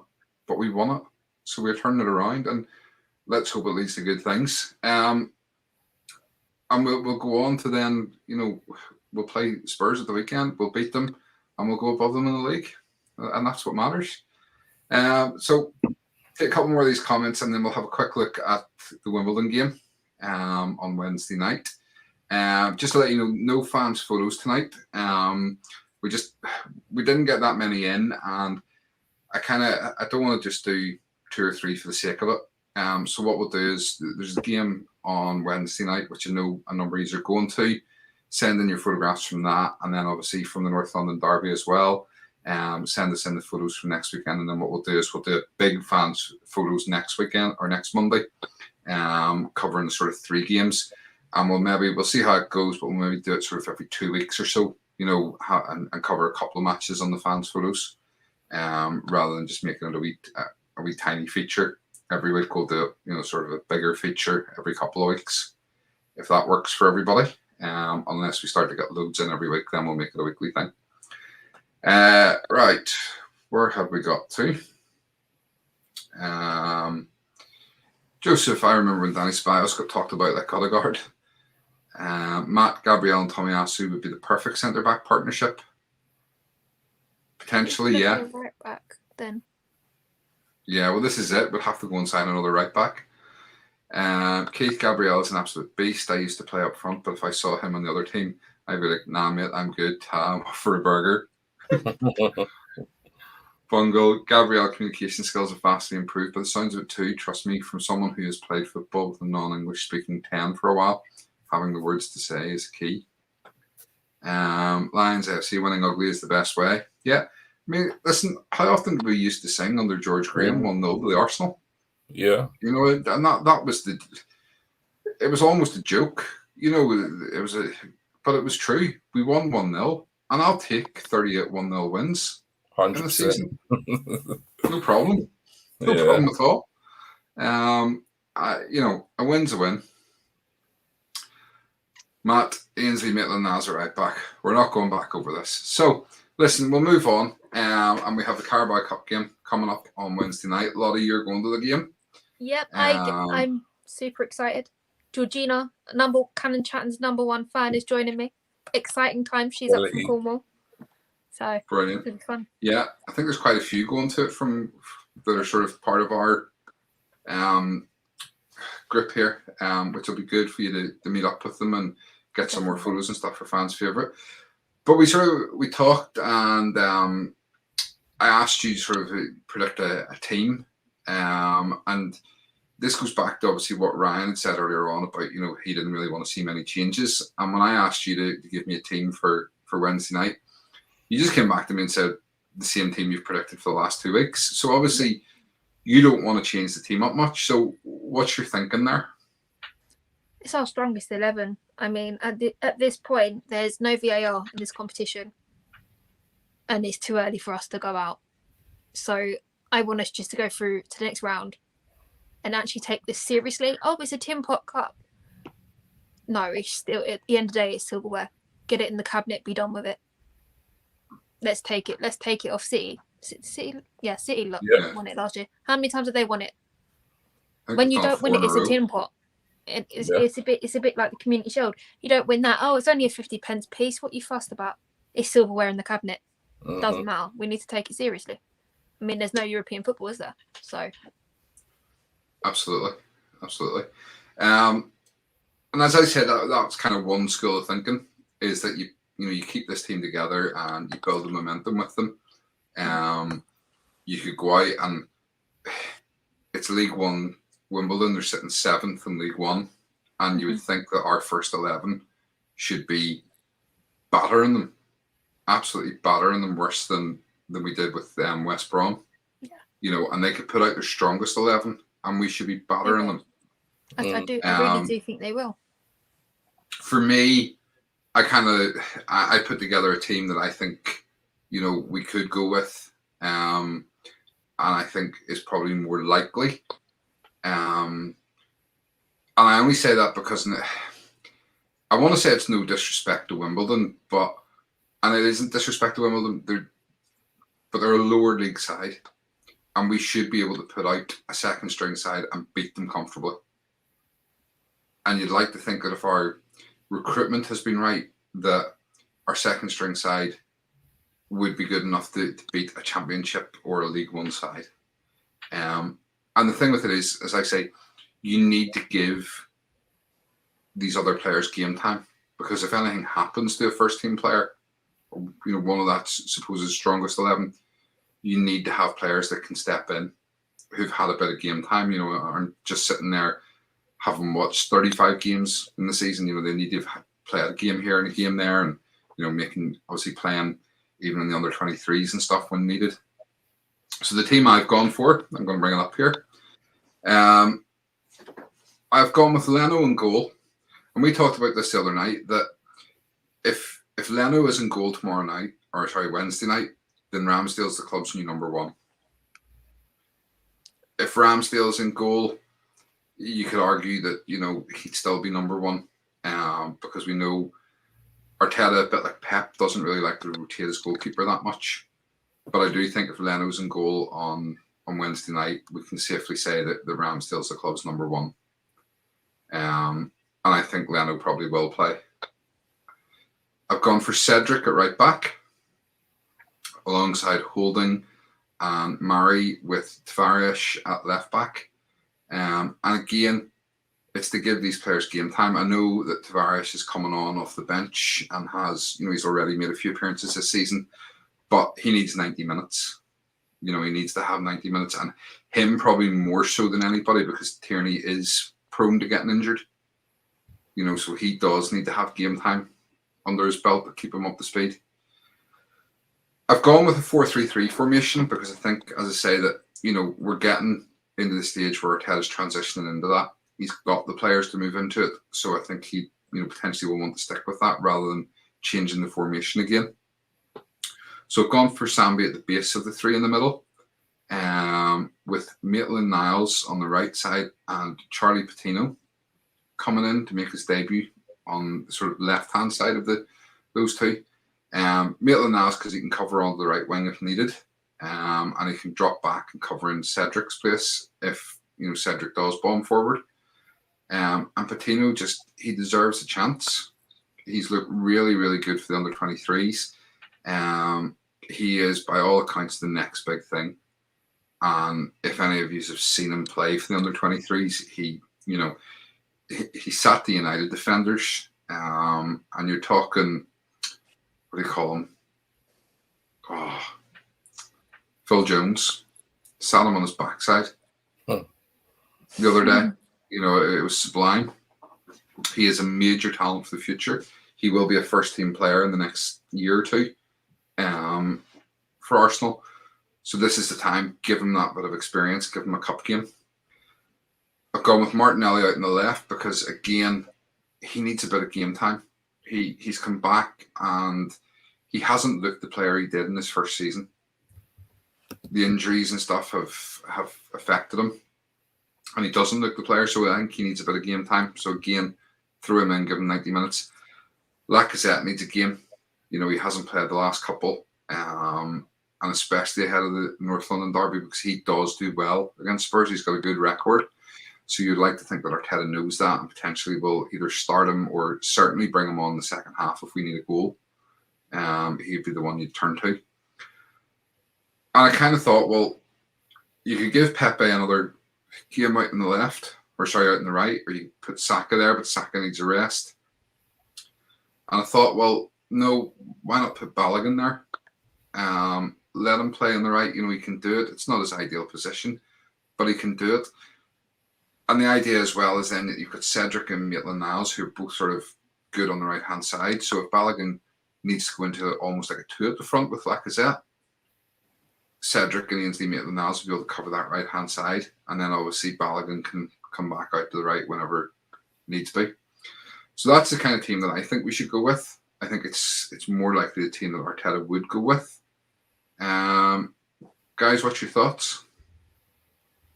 Would you be happy if you seen that to line up? I wouldn't mind it. I mean, I'd like to see Charlie Patino. I don't know if I've said that right. Yeah. I'd like to see Balogun as well. I mean, he scored 4 the other night for the under 23s against Chelsea, which was, from what I've seen on the replays of the goals, they were beautiful.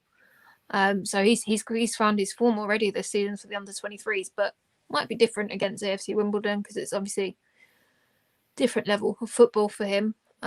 But yeah, no, I wouldn't mind that at all. Jay? Yeah, I kind of hope Arteta just does one or the other. I kind of hope he doesn't kind of do something, in the middle.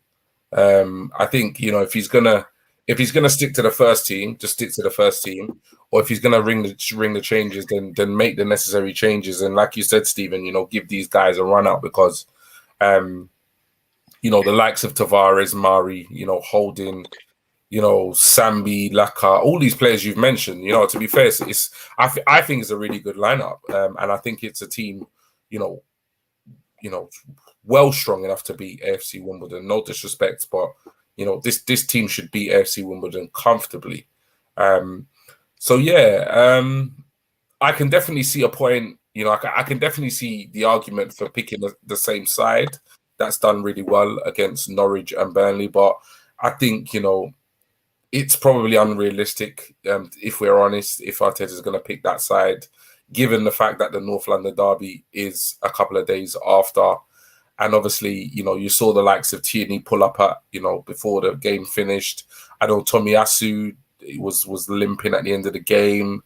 You had Partey who was substituted off early.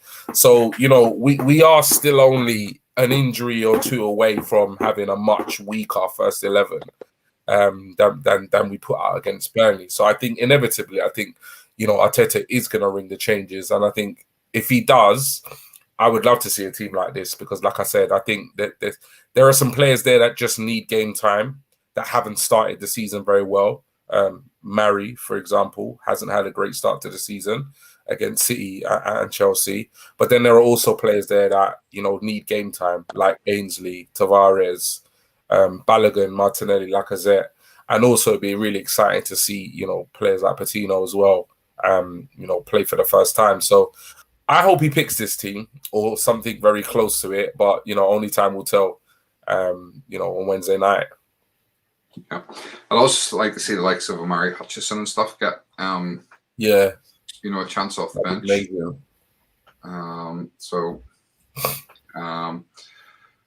Score predictions for Wednesday night, Lottie? Easy 3-0. 3-0. Jay? Yeah, I'm gonna go 4-1.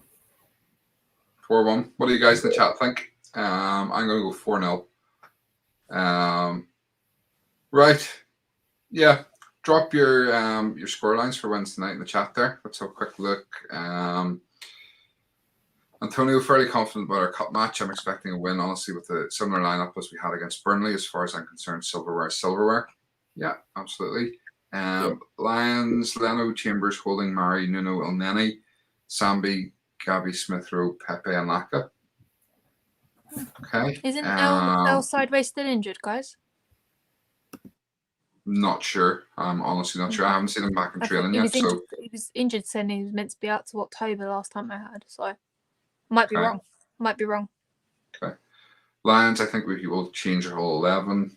8 to 9 changes. Playing Sambi means you expect 34 will play Sunday. Heaven help us. Nope. 34 is never playing again. Let's Sambi's benching this season.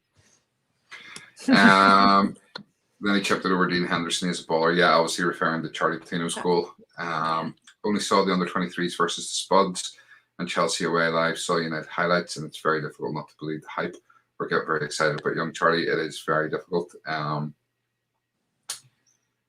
from Bungle. Antonio 3-0 to the Arsenal. Suarez 4-0 for him as well. Keith, I don't want to see anyone in our first 11 for North London Derby anywhere near the game. Gabby and Laka need games, and why not chuck Charlie in? Home debut, decent crowd, perfect. Bungle saying 3-1. Keith, same as you, Lottie, 3-0. Mark, if Leno plays, expect us to concede a goal. More than likely. So 4-1, he's saying. All right. Lottie, are you doing an FPL update tonight, or are we leaving that till Friday? Nope, it's game week 5. I don't know. Where did I had a shocker, man. Yeah, you did. I had a shocker. You did. Stephen had a blinder, and I had a bit of a. Well, while you're looking for that, I'll go Chris 5-3 to Arsenal. While you're looking for that, just to remind everybody, we do have our contest to win a signed Thierry Henry boot. If you haven't seen it, you just need to go and check out the pinned tweet on our main Cannon Chatter Twitter account. make sure that you're following the Cannon Chatter account and At The Match Day, who are our sponsor and have very kindly donated this football bit for us. And give the tweet a like and a retweet. And the draw will be made on Friday night. Ooh, exciting stuff. Right, Lottie, have you got an update? Yep. We've got King's Gunners at the top from Malcolm Dealey. He was tied a 3-way tie the first week, so he's now climbed his way back up to the top, and he's 4 points off with 4 points off of having 400 points. Wow. It's insane. He got 78 this week, which is just incredible. From what I'm looking at, from where I am. I need a crash course in how to get points, because boy, I don't know what I'm doing wrong. You got a Aubameyang in your squad, that's why, no Salah. Say nothing. No, this week I had my worst score week.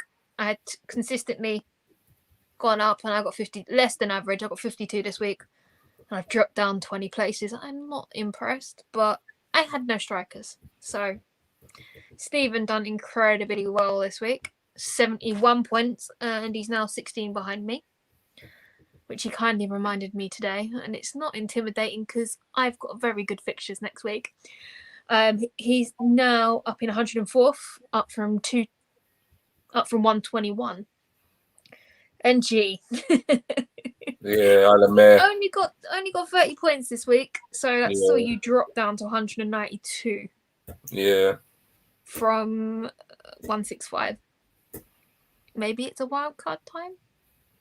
I don't know. I want to stick to my boys, but I don't know. I might have to change it up. I don't know. The thing is, I look at my team on paper and it looks a quality team, but it's just not producing a lot of points. So I don't know, man. Like, you might need to have a look at the FPL statistics. Yeah, because I look at the team and I'm thinking to myself, no disrespect to Arsenal, I'm thinking all them players will get into our first team. So yeah, but you've got access to the likes of Pretty Boy from United. I won't say his name because I hate him. Pretty Boy from United. You've got access to Lukaku. Like, I know. It's crazy. Salah is the most consistent captain there is. He goes to me once, and I never captained him again. But I got lucky this weekend because Alexander-Arnold is off sick, so I ended up getting double points for him as my vice captain. So I got very, very lucky with him. But yeah, I'll have to see what I can do. Yeah. All right. So Suarez got 69 points. He's in 86th position. His best match day. Bungle, too late to join your FPL league. Bungle, I will come back to you. I have seen your comment. I've been in the office all day. I have literally saved your tweet to come back to. I will be back to you either tonight or tomorrow morning. Yeah. Okay. Keith, I took a minus 12-point hit this week and made big changes. 192nd now. I'm on the march, people. My bad, 191st. All right. I'm worried about that. Then. What's going on? Minus 12 for what? He spent his points by the sounds of things, because if you get one free transfer a week, but if you want to make more than one, it costs you 4 points per hit. Okay. I might have to do that. Right.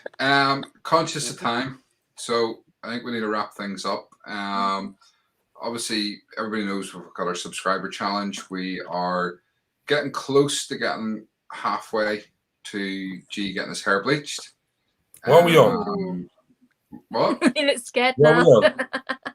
We are up to 336 last I checked. Okay.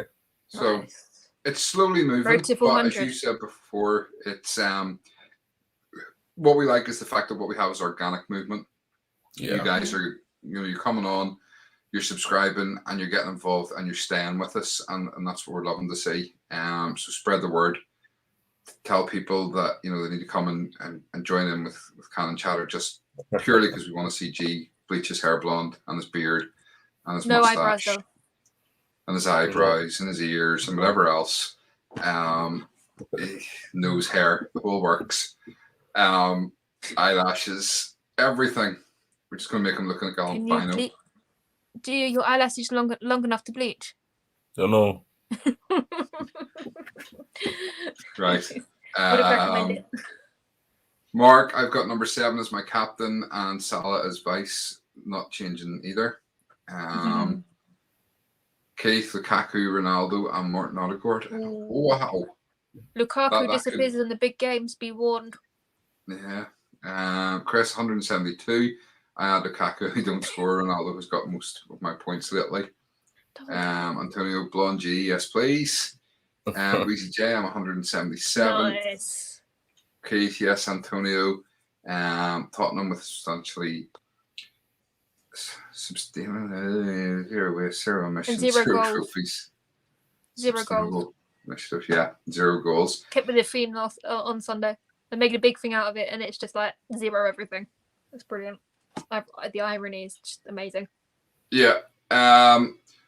Right. So we will be back on Friday night with our preview show, where we're going to be joined by our friend Angelo, all the way from America, who is the Sensible Gunner. Will be joining us for that one. And then we'll be back on Monday night with the review show. And then we're going to be back next Wednesday night with our, I haven't quite decided what we're going to call it yet, but our Any Question Answered type show, where, get to know us show, whatever you want to call it, where you guys can come on and ask us whatever you want about football, about us, whatever it should be.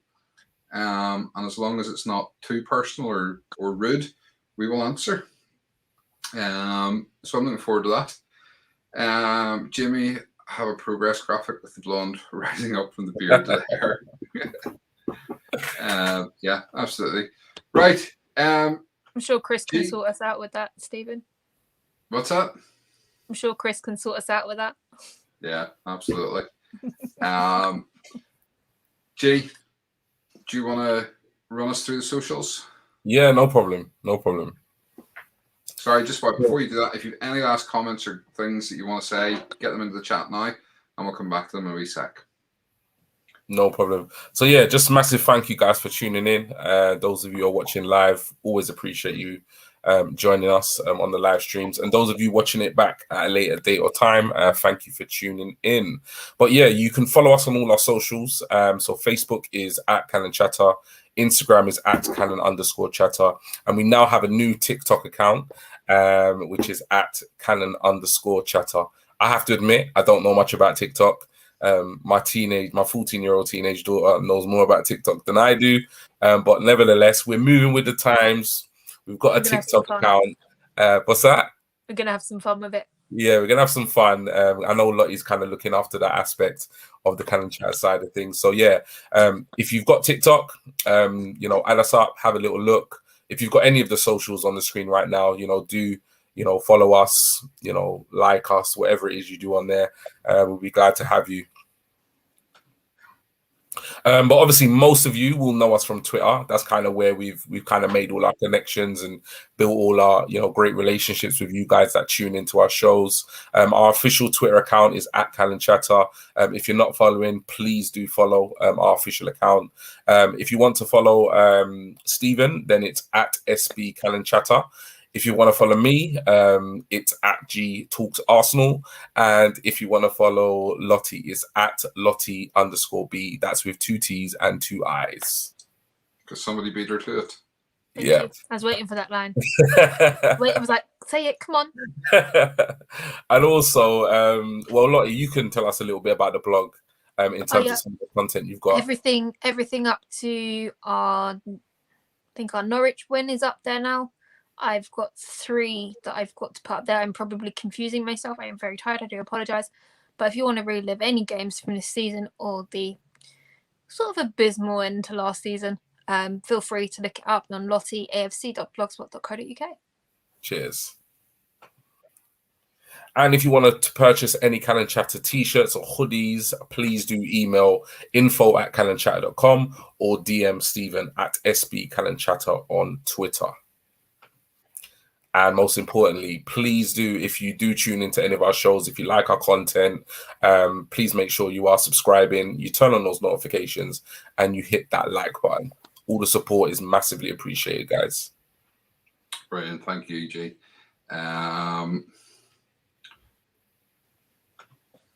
So we'll go back to this one from Jimmy. Have a progress graphic with the blonde rising up from beard to hair. Your wish is my command. Quality. Brilliant. Chris will get that sorted. Brilliant. Antonio, thanks again to the crew for top content once again. A blessing to have you all in this world. Thank you, Antonio. It means a lot to us to hear things like that. And as I said the other day, you know, we do it for you guys. And the amount of chat is incredible. And it amazes me the fact that you guys start before we do. These are all in there dropping in comments and stuff before we even go live, which is brilliant. Mark, great show. Catch you Friday night. See you then. Keith, I love the Wednesday idea. Great show, you beautiful people. Always have and always will love how you guys interact with the chat box. It's a big deal, so thank you for that. No worries. And as I said at the start of the show, if you haven't checked out Keith's channel, head across to Mostly Arsenal after this. Watch this video that he put up last night and look forward to what's coming later in the, well, I want to say this week, but technically it would be next week. This week depends what you see Sunday as, but I'll let him tell you more about that in this video. Weezy just followed you on TikTok and followed you as well, Lottie. Brilliant stuff. Russ, thanks guys, much appreciated. Thanks, Russ. And make sure you come back and give us more grief on Friday night. Swarat, subscribe, liked, and shared. Good show, guys, like always. Thank you, Swarat. All right, G, any last words? No. Yeah, just obviously back-to-back wins. Let's, get to the next round on Wednesday night against AFC Wimbledon, and obviously looking forward to Friday night show ahead of the North London derby. So yeah, have a good evening, guys, and see you soon. Lolly, final words. Good morning, good afternoon, good night, wherever you are in the world. Thanks for listening. Thank you. And as the guy said, thanks for tuning in. We absolutely love the fact that you are here and you're with us throughout the whole shows. We will see you on Friday night, hopefully off the back of another win, and getting excited for the North London derby at the weekend. So with that, good night, God bless.